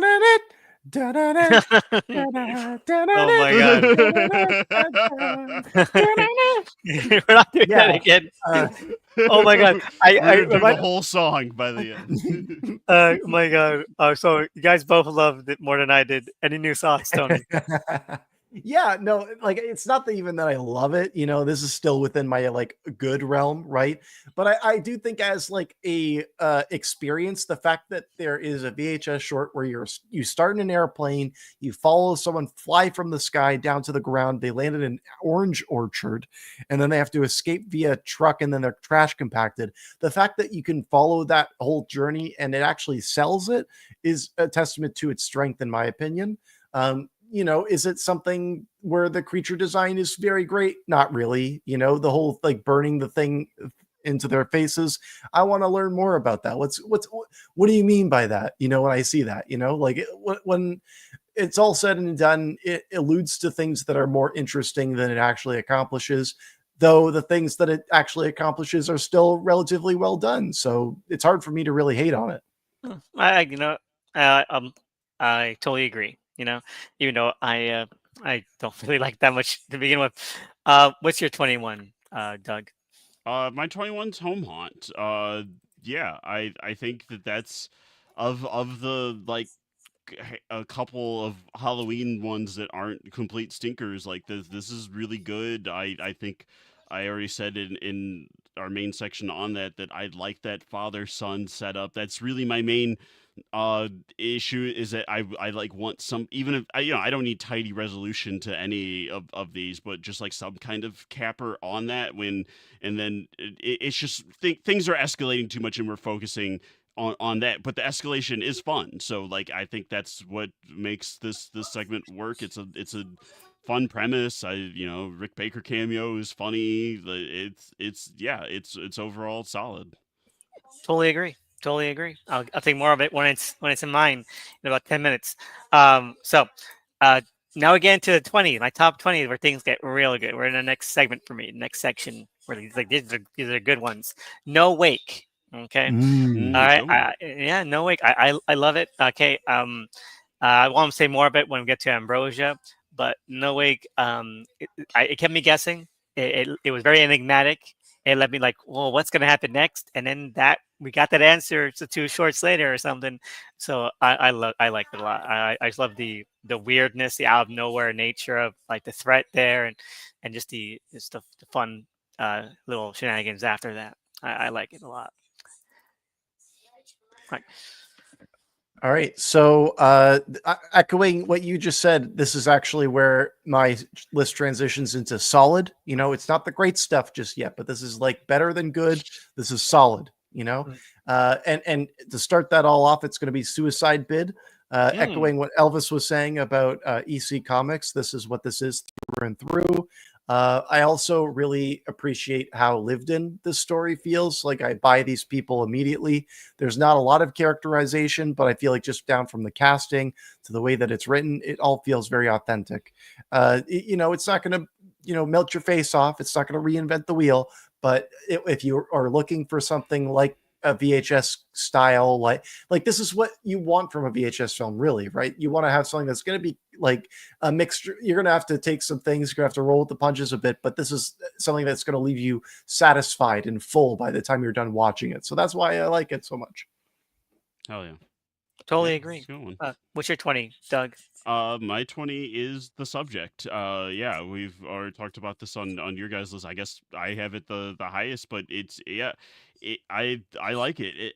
It's like a big swing. Like it's not like really like any of the other ones in any of these movies. I feel like some elements could be fleshed out more, but I really enjoy what we got here. It's a fun ride. Everything down to the fact that there's just like a health bar for our protagonist, and then the Yeah. like I said before, like those little emotional beats that it does sprinkle in there, even though if that's not its main concern, it's mainly focused on like the action and the thrill ride of it. But I do think that it does insert like a modicum of pathos for these test subjects or victims, and it reminds you of that. So That's good. I think that's why it works for me. So we got my number 19 is Ambrosia. Okay, because these are a pair. Okay, I Whoa. couldn't split them up. I couldn't. Okay, now to get together, I think they're stronger. And I'll let you know where I would have put them together. I haven't, but where I would have put them would be way different than separately. Because separately, they're both two halves. I don't feel they're as complete together Ambrosia, I would say, is a little bit more complete than No Wake, but they do work together much more than they do work apart from me. Ambrosia, I love the vibe. I love how it unfolds. I love the tone. It's like a weird home movie. I love the karmic kind of payoff of it all. I know it's really fun. I'm like, even not in counting for how they would be together, I'm surprised that these two are as low as they are. That being said, I know that this isn't like very low on your list, right? Like either No. way, Like it's like we're in the good zone for Yeah, all of us, yeah I think. Yeah. we're in the Yeah. good zone. Yeah, and together, Yeah. it would probably be more where you were expecting. I'm gonna let you know Yeah, where they would yeah. have been together. Yeah, and I'm interested in that sense, and for my 19 to keep it going, it would be Second Honeymoon. So I think I'll start off this just by saying like Ty West is a hard person to defend. See his most recent films announcing.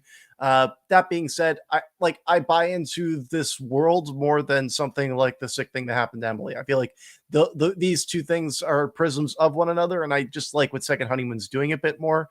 That being said, I see your guys' apprehension with what you guys had said before, having it a bit lower on those lists, your lists. I think that this is a pretty solid one, though. I like the way that it's doled out. I don't like Joe Swanberg so much, but I feel like he's at least serviceable in this. I think he's doing what he's supposed to do. Yeah, Right. exactly. He's not ruinous. Yeah. What's your number 19, Doug? This is probably the one that like rose the most on my viral rewatch. I got Parallel Monster. Oh, The yeah. 19. I mean, what can I say? It's very creative. Outer Limits as hell. Yeah, Nacho just knows how to entertain. Like, regardless of like, is this his like tightest script or tightest thing he's made? No, but he is he. He's good at coming up with creative and inventive ways to thrill you, and I think there's like some good like visuals here. Like it's just like I keep saying it's creative, but it is like that. I think that's my biggest takeaway from this rewatch of this one and viral overall is that Grab there's some, bag. it's a grab bag, but they are swinging in there, So like I kind of almost have to give it credit just for the swing alone. No, I agree. Totally agree. Now number 18. I was surprised. Okay, given my vocal thoughts, my very very vocal thoughts on this creator. Dreamkill. I love it. Okay, Ooh. I love the dreams. I love the payoff and setup. I love the goth kid. I love the way it ends. Like, okay, he had the dream already, so there's tape evidence. So the dad freaks out, but the kid already knows he's gonna live and how to defeat it. I love it all. I think it's fun. I think it's really fun. Yeah, yeah. It's I don't have anything to. I mean, it's higher for me, so I'll have more to say on it then. All right. So Tony, what's your 18? My 18 is going to be Parallel Monsters, my favorite of the VHS virals. Yeah, Nacho Vigalondo, I think that he is so close to knocking this one out the park. Like, this is almost an all-timer, but it just kind of fumbles in key areas, mainly in how it could have taken how its symbolism and its central themes could have been more like closely or interestingly confounded upon. That being said, like, this is certainly not the worst thing even of Nacho Vigalondo's career. Like, I feel like this is still like a solid entry in his filmography. A really solid short, and one that I will return to. Hell yeah. Yeah, hell yeah. What's your 18, Doug? My 18 Suicide Bid. Like we already covered the pros of this one, and I, sign off on all of that. I think it's got those vibes. The coffin stuff is great. I love the design on the this creepy undead girl and it looks great. It's just, yeah, mainly the sorority stuff is like a little too one note in terms of like those characters, but I know though they're not they're more like the catalyst for how we get here. So it's it's like, how much more time do you really want to spend on them? I guess I could have used a little more depth there, or at least like just better writing for them. But overall, I think this is a real solid one. Yeah, well, agreed. Agreed. All right, number 17 is Devil's Due. Okay. Time's up. Yeah, I love it. I know I did love it. I love the way it's formatted. I love the way it plays with the medium. I do wish it was a little bit less cliche, but I had a lot of fun watching it. You know, I had a lot of fun. That's all I'm gonna say. But everything that Tony said was completely right too. You know, but I just love the format. I was carried away by it. Um, Mhm. what was your 17, Tony? So I'm surprised that this one is in the position that it is, but I'll say it. Amateur Night is here, and I think Mm, that Amateur Night is while it is like a foundational VHS segment, just based on its iconography and lead performance alone. I do think that there are elements of it that have poorly aged. I think that it is Yeah. a pretty brash and annoying short to watch at times. I think that it's the second half that really carries it. Like whenever I rewatch VHS, I feel like when the second half of Amateur Night kicks in, I'm like, okay, yeah, I'm locked in. I'm ready to go. Like that's the part where I'm really it's very getting engaged strong. with the experience. Exactly. So yeah, Amateur Night, very solid short. One that if I were to tell people what VHS was, I would show them this because it wouldn't be close to the top of my favorites, but it would be enough to whet their appetite. Agreed. Yeah, What's your completely 17? agree. My 17 is ut supra sic infra, as below as so below as above, whatever. Yeah, I think that this one's just really solid. Like we've said before, that it's not like a huge swing. There's not much in the way of characterization. It's just a solidly constructed little thing, and I like the format of we're jumping between the night of and seeing them recreate it. I always love that kind of horror story where people are doubtful of some kind of supernatural element, and then immediately they're proven, they proven wrong. They're like, oh, that phone couldn't have rang, and then the phone's ringing. They're like, oh fuck, it's happening again. And yeah, I just think that upside down effect is really cool. And it's just tightly constructed. Like it's not like Mhm. breaking the mold or anything. It's just well done. Yeah, I totally agree. Oh, okay. So let's move on to my next one. I think I felt like I needed to get these all out at once, Number 16, Kids versus Aliens. Okay. Okay. I Ooh. love the vibe of it. I wish it went a little bit further in some places, but it feels of a piece with like the style of like Revenge or Hobo with a Shotgun. I love the precocious kid adventurous stuff. Man, the one kid who's like acts like he's like like the hero of an action movie is so good. I love him. Oh, tell him I sent you. Like, come on, man. So good. Anyway, Excellent movie. what's your 16, Tony? 16. Okay, so yeah, I'm surprised that I'm the man on the island with this one, I guess. But Ozzy's Dungeon, Oh my um, God. I really quite dug this one upon rewatch, and to build my case for it just a little bit, I like it from a moment to moment standpoint.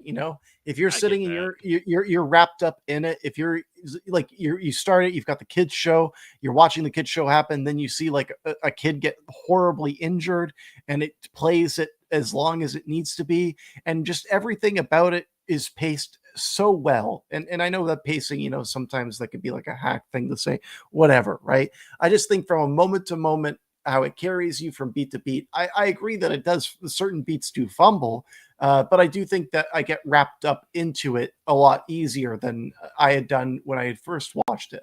It's not the one that grew the most upon rewatch, but it was certainly close to it. I really, really, really dug Ozzy's Dungeon. I love this one, honestly. All right. What's your 16, Doug?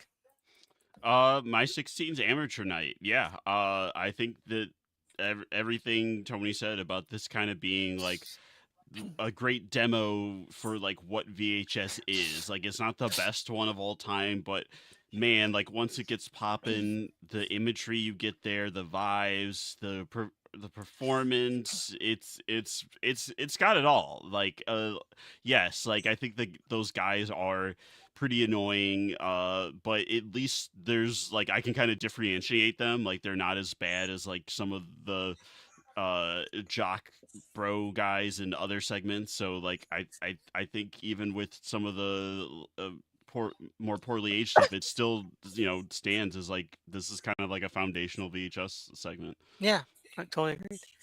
All right, so this is where we start getting to ones I call all timers. Okay, starting number 15, Vicious Circles. Okay, Hell yeah. I love it. It is the best framing device. It keeps going. It has I think it has a really great kind of plot and like characters, and it's so creepy and eerie. And you find out that chopped off hands are driving the van, and she was always dead, and all of that. It works so well. I love that keeps escalating. We keep getting those side stories, keeps showing how like this kind of VHS kind of madness is kind of spreading and like just being more vile and depraved and despicable. I love it. It's so good to me. So good. Yeah, 15 Vicious Circles. Love What's your it. 15, Tony? My 15 is going to be The Empty Wake, Simon Barrett's, Ooh. chamber piece, I would say. Similar to what you were just saying, I'm breaching into the ones I love. I would say like maybe no. I'll say that number 12 is the ones that I love. I'll wait a bit longer. This is still a really solid one, right? Mm. I think that the way that Simon Barrett writes these characters, similar to Shredding, it feels lived in, it feels naturalistic. The scares are well delivered. I think that it kind of runs out of steam in the ending, but hey, we've watched others do that in the past to what much worse degrees. Total Copy, I'm looking at you. Anyways, this is a great short. I like this one quite a bit. All right. No qualm there. What's your 15, Doug?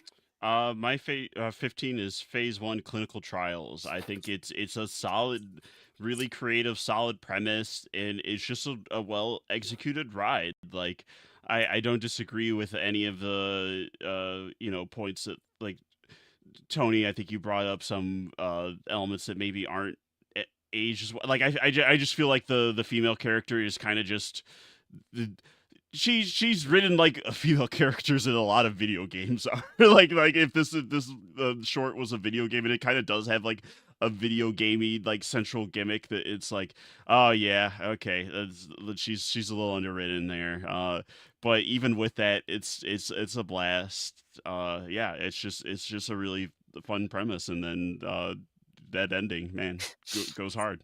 Yeah, it does. So I'm gonna do 14. Empty Wake. Okay, we're so close. We're so close to Hell matching up. yeah. We're so close to matching up, Tony. It was kind of creepy, but I agree. I love the vibe of it. It has a great mood to it. The ending is a little weak, but it does feel like you're listening to like an urban legend or a campfire story. I love the Right. entire mood of it. I'm not gonna say anything else, but I loved it. So what's your 14? I'm surprised that I have this one much higher than you guys, but Stowaway. I Oh, think okay. that Stowaway is, It's you guys solid. called it you guys called it indulgent, and I agree. I think that this is a very indulgent film, but I think that it needs to reflect the protagonist, who themselves is indulgent, and that's their character flaw, right? I So guess so.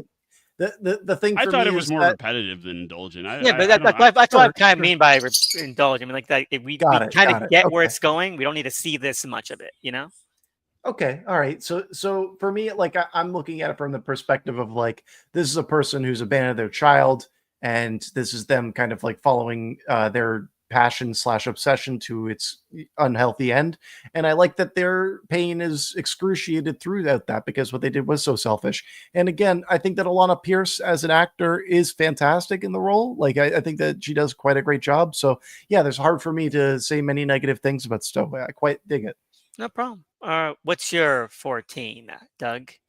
My 14's a ride in the park. I think this is delightful. It's a fun take on a zombie story. Like I don't really have complaints about it other than I'm like, man, I kind of want to just keep like I want this to like let's cut somewhere else and then see them spill into from another person, because that's like the fun of it, is that like, okay, we start in the park and then we're cutting to these other passerbys in the park, and then we go to this family get together, and then the zombies crash that. I kind of wanted at least one more location for them to like bust it, like go to another source and then zombies spill into it, like just kind just I mean, I get that, you know, the budget and the time limit we have here. It's just, yeah, let's just it's just such a fun exploration of that idea that I'm like, let's keep going. Yeah, no, I could definitely see it being like a full film, which is, hopefully someday, you know? Yeah, Uh, they should do it. my 13, fun size. I love it. Hell yeah. I love it. It's fun grab bag roller coaster ride. I love the inspiration it's taking. I love the execution. I love how just annoying and stupid the characters are, but in a way that isn't, at least in my opinion, isn't too far, and it makes them trying to escape entertaining, but also them dying entertaining as well. So, fun size, fun size.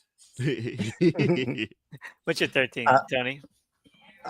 Another one similar to Ozzy's Dungeon that grew in my estimation upon rewatch was Dreamkill. This may be one of the better things that Scott Derrickson has made, but even Yes. then, it still has its shortcomings. I think that he really excels at doing these weirdo like murders and capturing those in really unsettling ways. When you're getting that second kill and you're getting that poem about the hamburger lady, this shit rules, except for the fact that the plot is too tidy and it feels reminiscent of like the worst Stephen King adaptations. But hey, the things that were great about it carry it so much that I can't not recommend it. Understood. I agree, man. I agree. What's your 13, Doug? My 13 is Alien Slumber Party. Yeah, this one was really fun. Like I complained about Gawkers as like, that's so juvenile. I thought this franchise we had moved beyond that, but this is juvenile in a way that feels authentic to the story that we're telling. Yeah, Like, agreed. where it's like, yes, these kids are like little perverts, but it feels real to like what kids like that age would be like in this scenario. Like it doesn't feel like that we're just like showing we're not just being crass for the sake of it. It's like, no, that's part of the story. I think the design of the aliens is great. I mean, it's really I don't really have any complaints here. I think it like repeats some chase beats like a little bit before we get to that like that final note, but I love how it ends. It's like so fucking bleak, and It really is. yeah, I love that it's not shying away from that at all. And then we get a great spinoff of it, which I'll get to in a little bit. I totally agree. I have it higher, so totally agree. 12 is Home Haunt. I love it. Again, these are ones in that I firmly love. I wish it was longer. That's my thing. I wish it was longer. I want to see what happens next. Like Yeah, but let's I see love that hoss walking around. Like, yeah. I just love how it unfolds. I love Fright Night kind of thing where something you think is fake becomes real and it becomes like this irrelevant thing. I love that. It's Jumanji-esque. It's a lot of fun. It should have been either this or Fun Size should have been like the marketed one for Halloween. You know? The design of like all the attractions and monsters are cool. It kind of reminded me of like real Ghostbusters or something. Yes, exactly. What's your 12, Tony? So to echo what Doug had just said, it's going to be Slumber Party Alien Abduction. And to echo what you've been saying, Elvis, for a few entries now, this is where I would say everything from here on out I love. And I love this short. Yes. This is exactly what you want from a VHS short. And it's because there are so many inventive ways in which it's captured. I love the like spotlights that the UFOs have to reveal the aliens in the woods when we get those later on.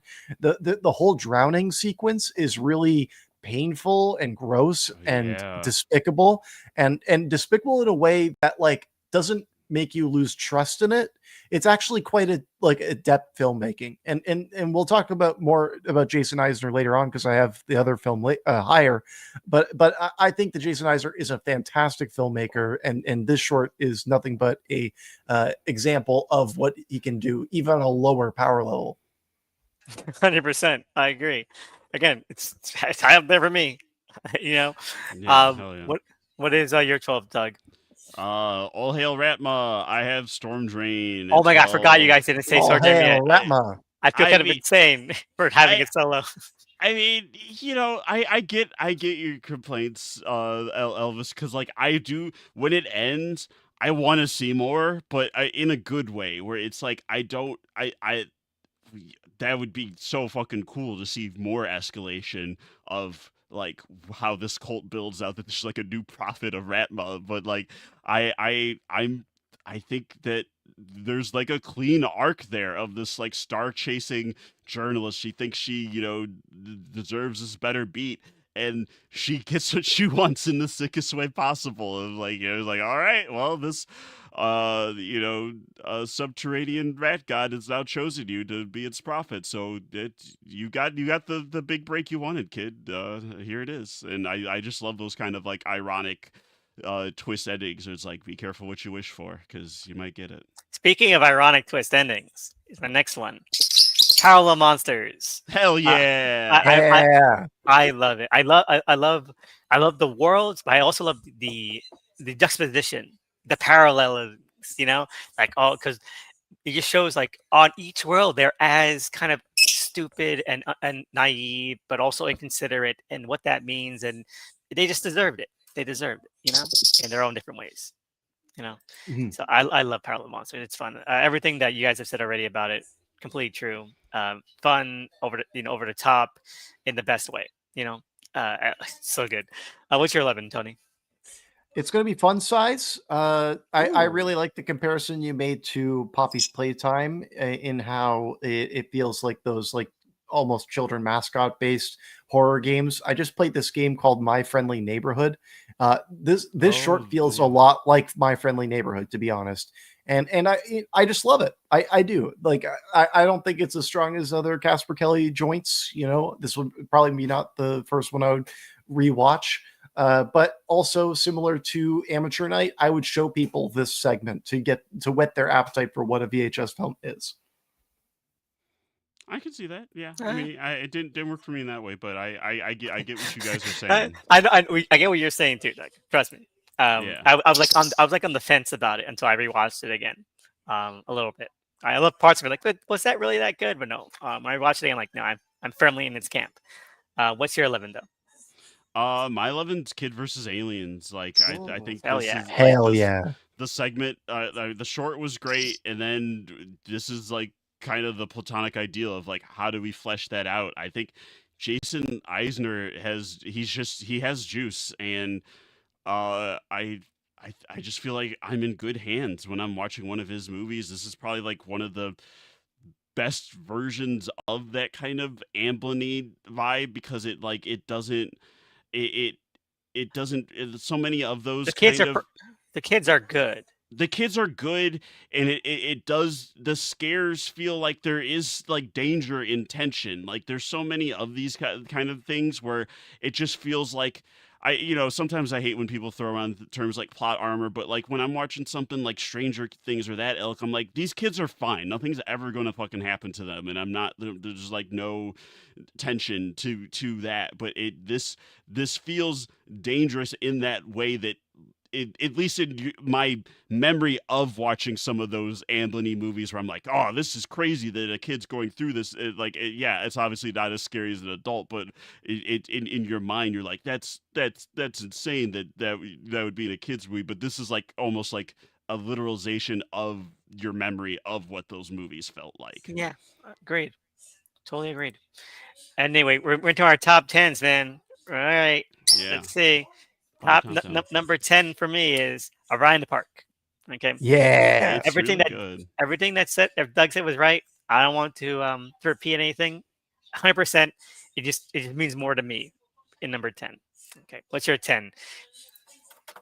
My 10 is going to be Terror. I Hell think Oh, I yeah. think that Terror is really well filmed. The humor is great and pitch black. The idea that we're kind of watching like the would-be Oklahoma City bombers, like that all of this works really well for me, and I like the vampire stuff is a little cheesy, but then I like the design so much, and I like how bumbling the dudes are. So I think this is a fantastic short, one that when I had first watched the film, I didn't like it that much. Upon rewatch, I was like, yeah, this is pretty good. And then for this podcast, it's like, yeah, this was fantastic. I love this one. 100%. What's your number 10, Doug? My 10 is Empty Wake. I just Ooh. think that this is just like such a cozy, well executed ghost story. I don't even disagree with it kind of barely has an ending, like it's more like an ellipses, but that to me is additive of those kind of like campfire ghost stories where it's like, yeah, and then the hook hand man was never seen again. I don't know, he could be here, like it gives you that there's just enough gaps or unanswered things, like the guy who shows up and you're like, what? So what is that? What is the really, is he like performing some kind of ritual? Like it makes you ask these questions that you don't have answers to, but that is scary. So I think that's like yeah, give me a good ghost story. Yeah, 100%. I completely right. Completely right to me. Number 9 is Phase 1 clinical trials. I agree with everything you guys both said. I just want I'm nostalgic. I'm nostalgic for these early ones now. Like there's a vibe to them. They feel like they could be movies, and they care about telling a story. So, number 9. What's your 9, Tony? Number 9 for me is going to be A Ride in the Park. This is the one that grew the most in my estimation on rewatch. I love this one. I love it to bits. I love the melancholic feel it takes on. There's an undercurrent of humor that's really well played. The gore looks great, even on the budget level. Having it all happen on this GoPro of a guy who's biking in the woods, and then it turns into like a park birthday party. All of this stuff just works gangbusters. I love it, love it, love it.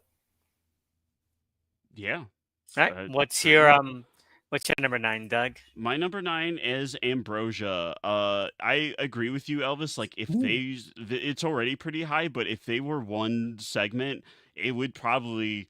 It might even be top 5 if it was just No Wake and Ambrosia as one thing. I think they definitely work separately. It's just it does tell such a compelling story with both halves together. But you could, in theory, just watch Ambrosia and kick up the context clues. Like you see the video that she shot when she kills them all, so you kind of get it. Like it's not like they're incomplete stories separately. I just prefer like the kind of self-discovery of this transformation in No Wake a little more. I like transformation stories. So like your body is in some new state and what are the bounds of that is compelling to me. But this is kind of like the payoff of that. So like this is still very strong. So yeah, Ambrosia, number 9.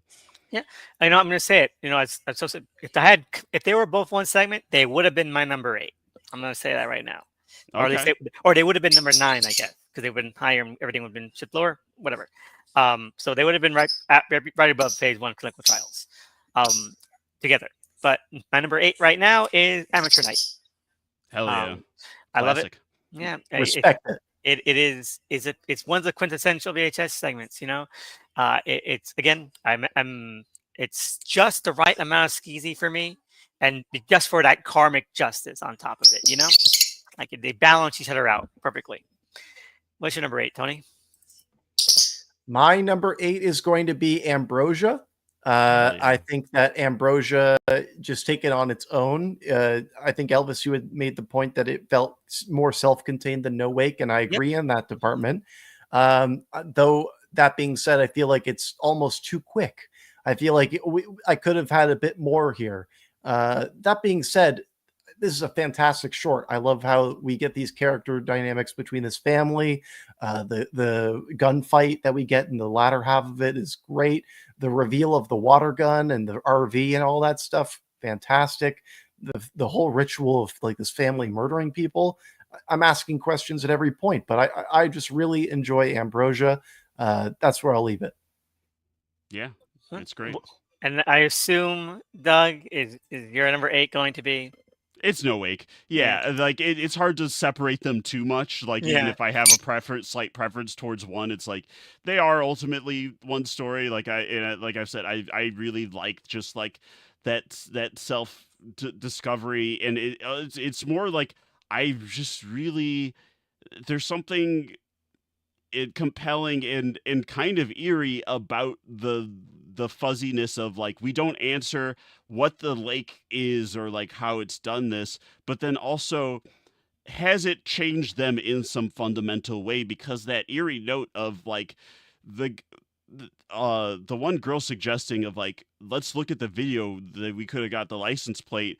The one guy is like initially hesitant of like, I don't want to kill anyone, but then he's like, give me that camera, where it's like, has this I mean, yes, they want revenge, they've lost people, because of this, but are is there just something darker now about them because of this transformation? Like, and I'd how watch can a there movie about them. Yeah. yeah, 'cause, like, how can there not be? Like, it's like you've died and come back, and so like there's no way you're the same, and like that idea is just compelling to me. Yeah. I agree. I agree.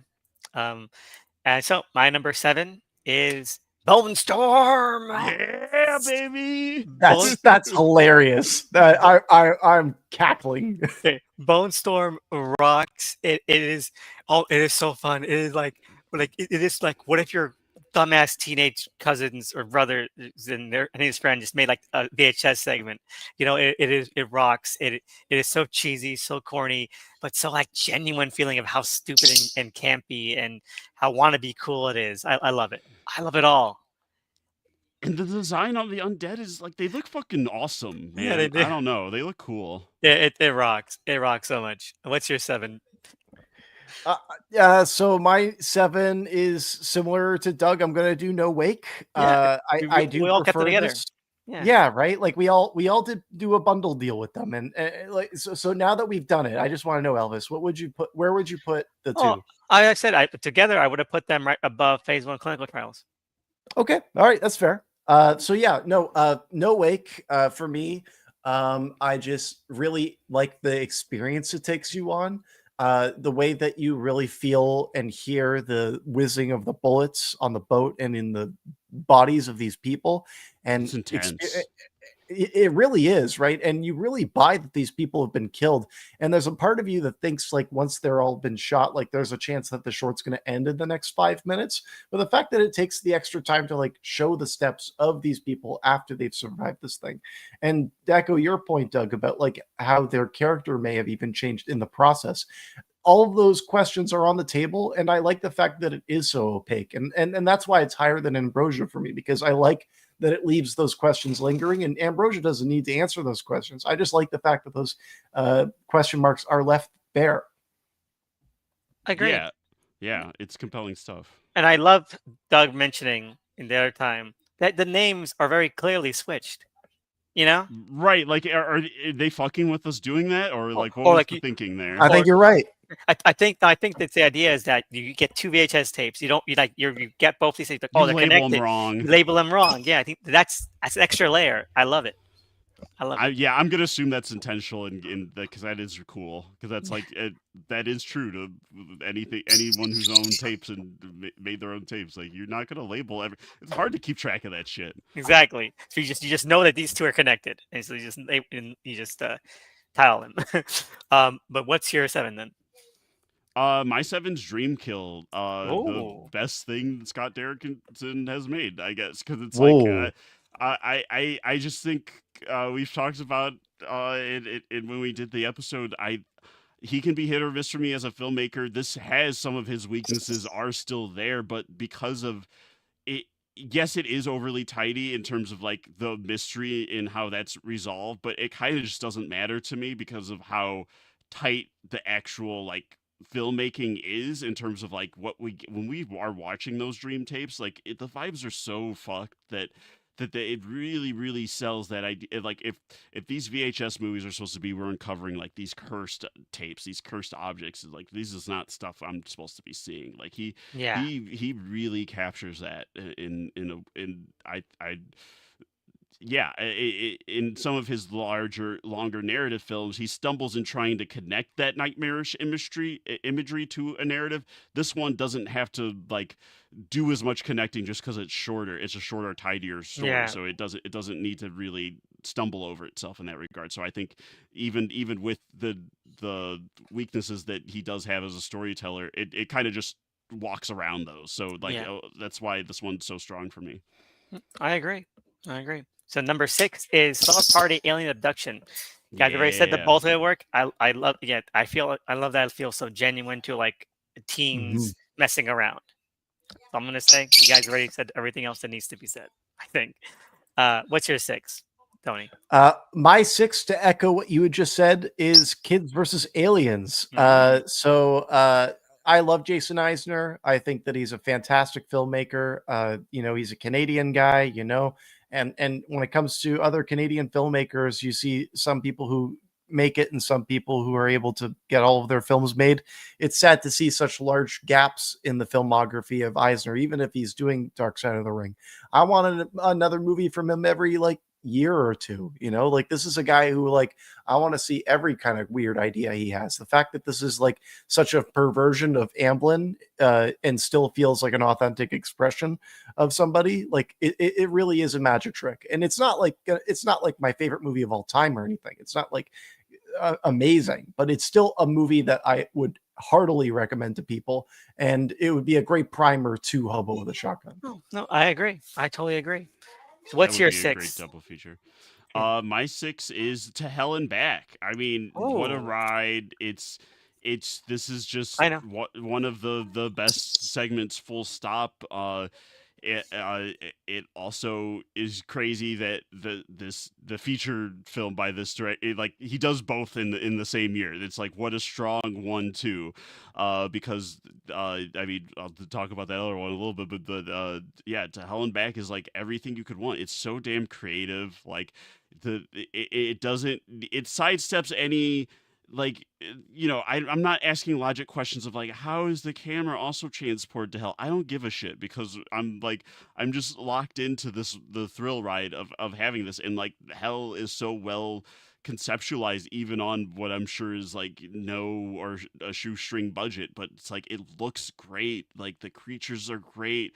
We got fucking Mabel is there, and it's got everything. Period. You know what? I'm gonna echo that in just a moment because my number 5, right, is Hell and Back. Yeah. All right, because it's so fun. It is so over the top. Its humor doesn't get in the way of like escalation. It's like a perfect horror comedy short. I love how it goes cheesy, but cheesy in the right way. Like it's hell, but it's like an old school like painting kind of hell. It's Right. it's so good. It takes every mood perfectly. Every beat of that mood just is executed so fucking good. So that's my piece on that. It's fantastic, and the fact that number 5 means that I really love the top 4. I really love them. You know. Yeah. All right, Mhm. what's your 5, Tony? To echo what you just said, everything right now, the top 5, these are like, perfect, and to echo that, it would be 10, 90, 31, 98. This is Wow. just amazing. I think this is like the ideal of what you want a haunted house found footage horror film in America to look like. I love the effects in this. I love the wry wit it has. The way that it ends just is the perfect punctuation point. Yeah, all of this is fantastic, and it's a short that just lingers. Every single frame in this, I could just like close my eyes and I can imagine the short just like the back of my hand. Agreed. What's your 5, Doug? My 5 is The Sick Thing That Happened to Emily. I just this okay, so are there like flaws in its execution? Maybe, but like, like, I would even argue like the look of like the alien kids themselves is not my favorite, but it has such a specific vibe, and the performance of her is so strong that, It's like, unsettling.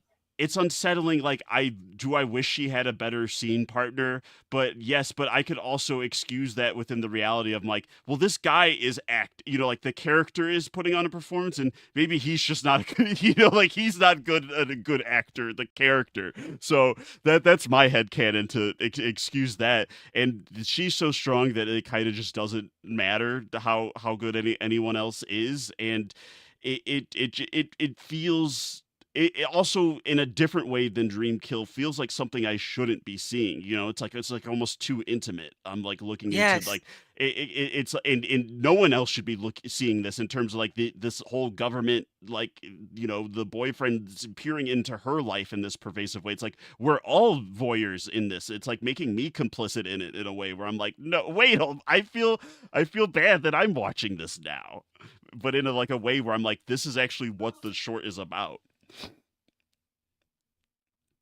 No, I completely agree. I mean, in fact, we haven't seen it yet. Okay, so yeah, it's high up there for me. But number 4 for me is Safe Haven. It is. This one is Oh probably my god! it's the one Yeah. that rose highest for me out of all. Because I first saw when I first saw like this is corny, but no, I come to appreciate its form, its function, its efficiency, its storytelling medium, and the handling of it. I mean, it's perfect. It's almost perfect. Yeah, Hell Yeah. yeah! it's Hell a yeah. feast. It's a feast. Mm. It's a full meal. Yeah. What is your number 4 then, Tony?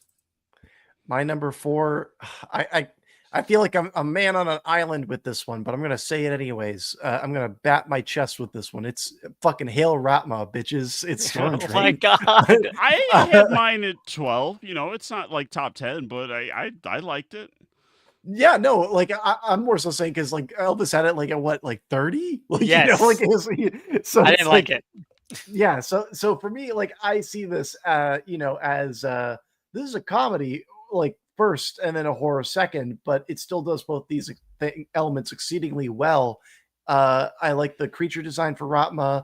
I like the arc of the protagonist. I like how well it's accomplished and how it's made as a film. Yeah, I can't think of a single negative thing to say about Storm Drain. I think that Storm Drain is a fantastic short. The things you like are things I don't like, so that's why we're so Yeah, opposed.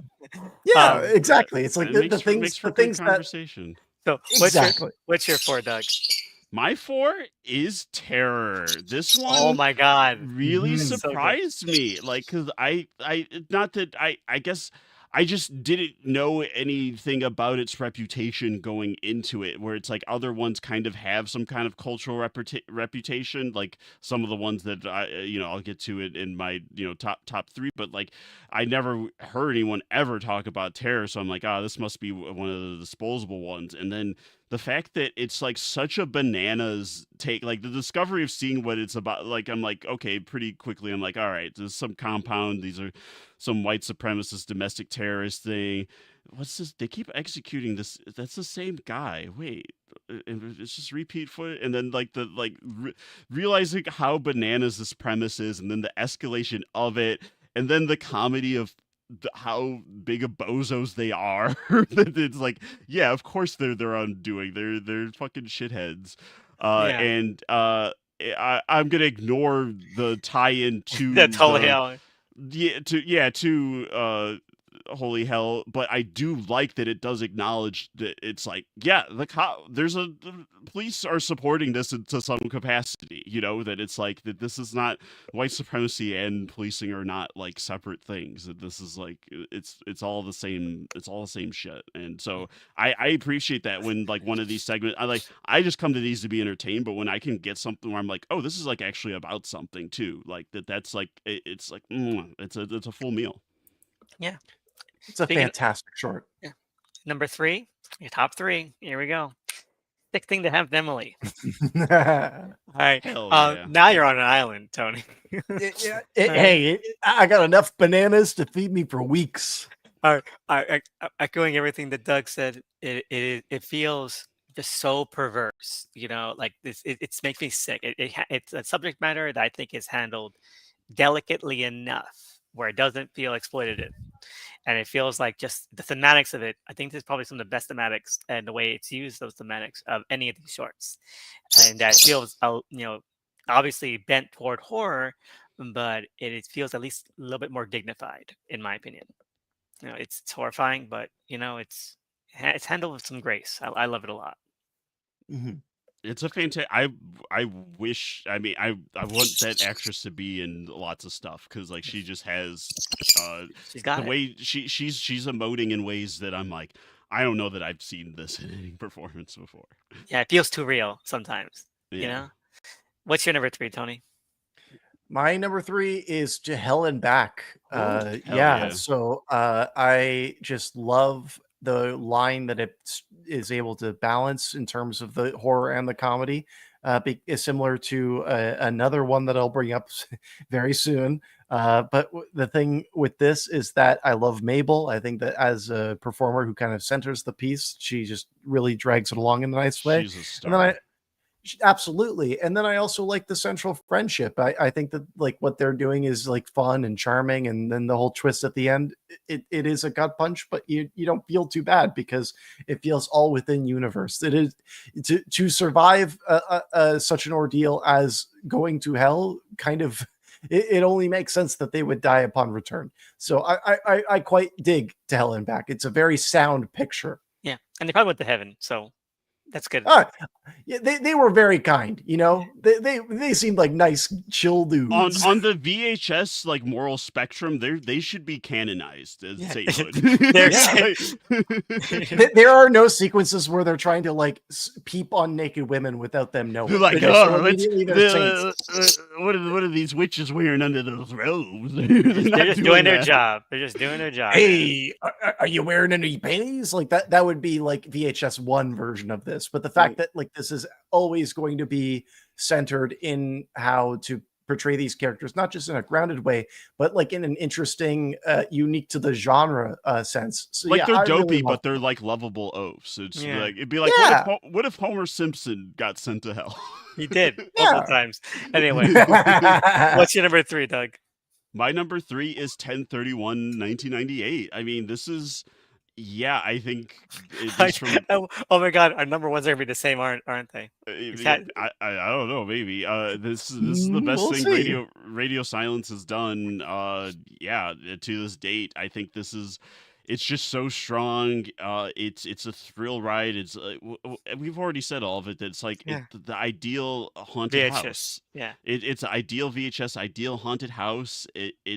It's not wasting any time. Even the short characterization we get, it establishes that these are solid dudes, so like that also was a breath of relief, fresh In breath that of one. air in that one for sure. So like it's super strong. Yeah, this is one of the best ones. All right, number 2 for me is 10/31/98. Okay. Hell yeah. It rocks. It feels like the platonic ideal of VHS short, where it's fake, but you have a lot of fun with it. This feels like a home movie. You'd be out with your pals. They're not douchebags, and I do love the joke ending. They should have kept that one. It's a great note to lead off on. But I love it all just in general. You guys have said it all. We've said it all. We've talked enough about it, like in quick succession. Anyway, what's your number 2 then, Tony? This was a really tough decision. The final 2, I really had to mull over, but my number 2 is Deadstream. Oh. Deadstream is a phenomenal film. I think when we talked about it, what I said was that decades from now, people will remember this movie, and I stand by it. It is just the perfect platonic ideal between what a horror comedy should be, where the comedy is infused with the things that scare you. It's just while I think that maybe some of its like social media critique could have been a bit more sharp, ultimately it's still a standout, fantastic, like 5 bag of popcorn kind of movie. Oh, I agree. I mean, I'm not gonna argue. We'd be quibbling. We'd be quibbling at this point. Yeah, no, Yeah. we are so close in opinion here that it is really We're no we're big gonna deal. be very close in alignment because my number 2 is also Deadstream. Oh my Hell God. yeah. I already was a fan of it first watch, but rewatching it now, I just have a new appreciation of it. This is like it's just pure entertainment, the perfect horror comedy. I feel like I could throw this on for people who maybe do are like I don't know about horror, or maybe on the fence about horror in general, or maybe are like don't even like found footage that much. I could throw this on and be like, no, this is just so entertaining that it will grab you. I don't know, maybe my friend who has motion sickness, this might still be a little too wobbly for her, but otherwise I think that this is like pretty agreeable, but it still goes hard when it needs to. Like it's like it is gross. Like there's gross parts, even when it's funny throughout. And I agree with what you're saying, Tony. That like in terms of like its social media commentary is maybe not the most precise, but I see it more as like a larger piece on like stardom and like fame Yeah. chasing overall, 1000%. which are timeless ideals, ideas in terms of like that this culture of just not caring about who you're taking advantage of as long as it gets you your views and your platform, like that's the ultimate thing, and then reflecting that on the spectral antagonist, where it's like, no, the ghost is also an influencer too, kind of in her own way. Like I think that's so brilliant. Like Yeah. it's really well done. And just to continue that. Number one, Deadstream. All right. No, it's phenomenal. I love it every time. I've seen like 3 times. I'm probably gonna see it even more times now because it's perfect horror comedy. It knows where it needs to go. And we should have mentioned it when we talked about it. But we mentioned Army of Darkness, but it is definitely also just direct parody of the Blair Witch Project. Because Yeah, you have absolutely. it's a Oh, for witch. sure. There's a witch behind it, and also the ghost that's a corner man, and the tearful, like, I'm I sorry, mean, I should never he done has that this. ghost. Yeah, I mean the shirt. I mean Yeah, that yeah, yeah. he shares at the beginning. Which apparently is actually for sale. I So need that. Yeah, yeah, I need to get that. someone linked it to like a post I made. Like, whoa, they should have made this. Like, actually, that's a real website. The Rapper Sean. Like, really, Google failed me. I need to get that shirt for next year, man. It's so good. So I'm just fill your guys in, man. We get it. Mhm. All right, go Yeah, ahead. well, yeah. So I guess to justify why it's in the top spot, and also like as I said before, was these top 2 spots were very hard for me to kind of deliberate. I was like, do I like Dead Street more than Safe Haven? But the reason why Safe Haven won is because like I'm not even being hyperbolic in saying this. This is probably one of the best horror short films of all time. This is probably like when it comes to what you can accomplish in such a short period in time while also building out a universe, while also just having a sheer volume of different kinds of scares and ending on the note that it does. It's a perfect marriage of the 2 filmmakers who are spearheading this project. It's a melding of their sensibilities that feels completely natural and unlikely considering how far apart their worlds are. Ultimately, this is like I can't ask for anything more. I love Safe Haven with all of my heart. Every time I watch VHS 2, I have this thought to myself. I'm just like, is this going to be the time that I don't like Safe Haven as much as I usually do? Like, am I going to like it a bit less because I've seen it so many times? And no, it packs the same punch it did the first time I watched it. Every time I watch it, and for that, like that's why it has to be number 1 for me with a bullet for sure. Yeah, I mean, ditto to everything you just said. That's the obviously my number one too, and it's just it shows not just what you can do within these movies, what you can do within found footage and horror, like in a short amount of time. And the fact that it's like, yes, cults and demons, all these are tropes that are well worn territory, but it's combining it in a package that it's like, even if you can kind of see the you know the bounds of like, okay, I kind of know where this is going, but that doesn't change the how fucking excellent the execution is and how unnerving watching it all is, especially centered by that strong perform.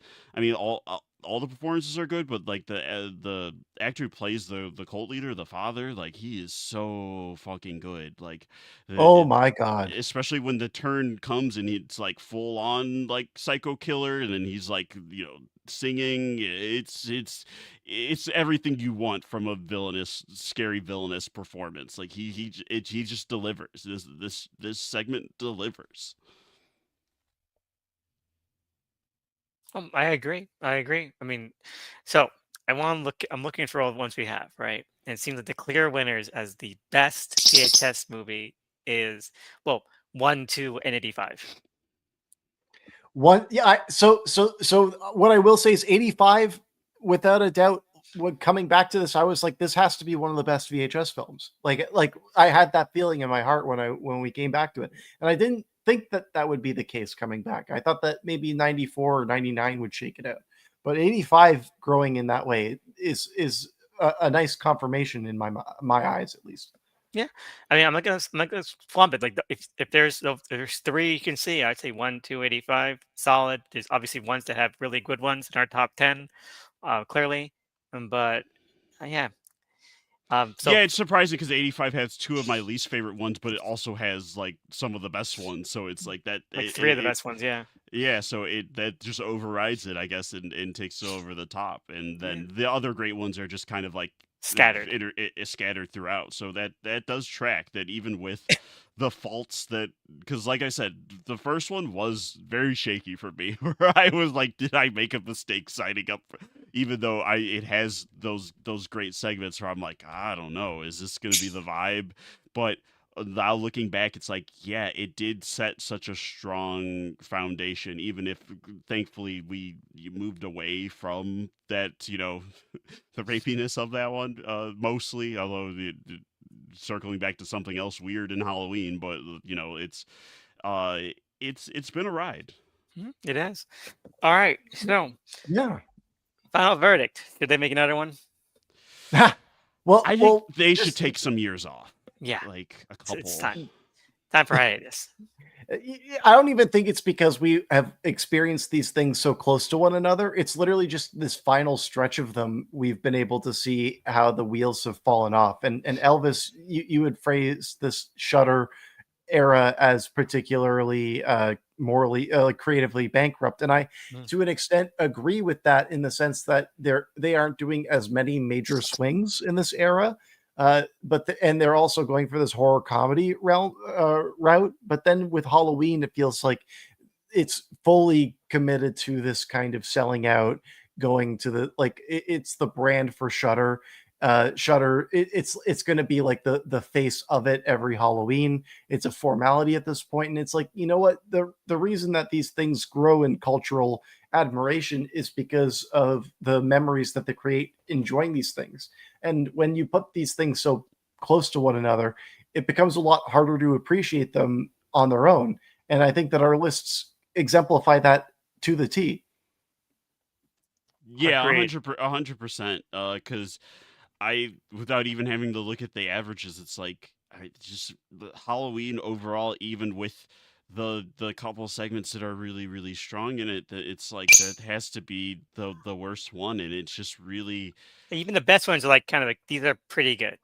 Yeah, and an hour 55 minutes. Like, if you're, why are we? I don't want to be one of those guys who harps on length of thing. I think movies can be whatever length they need to be. Like, but it's like for these movies specifically, I think you should be trying to get in and out, in and out with your segments, and in and out with the overall movie. Like these should be like like It should be a really. morsel, not like a triathlon. Yeah, exactly.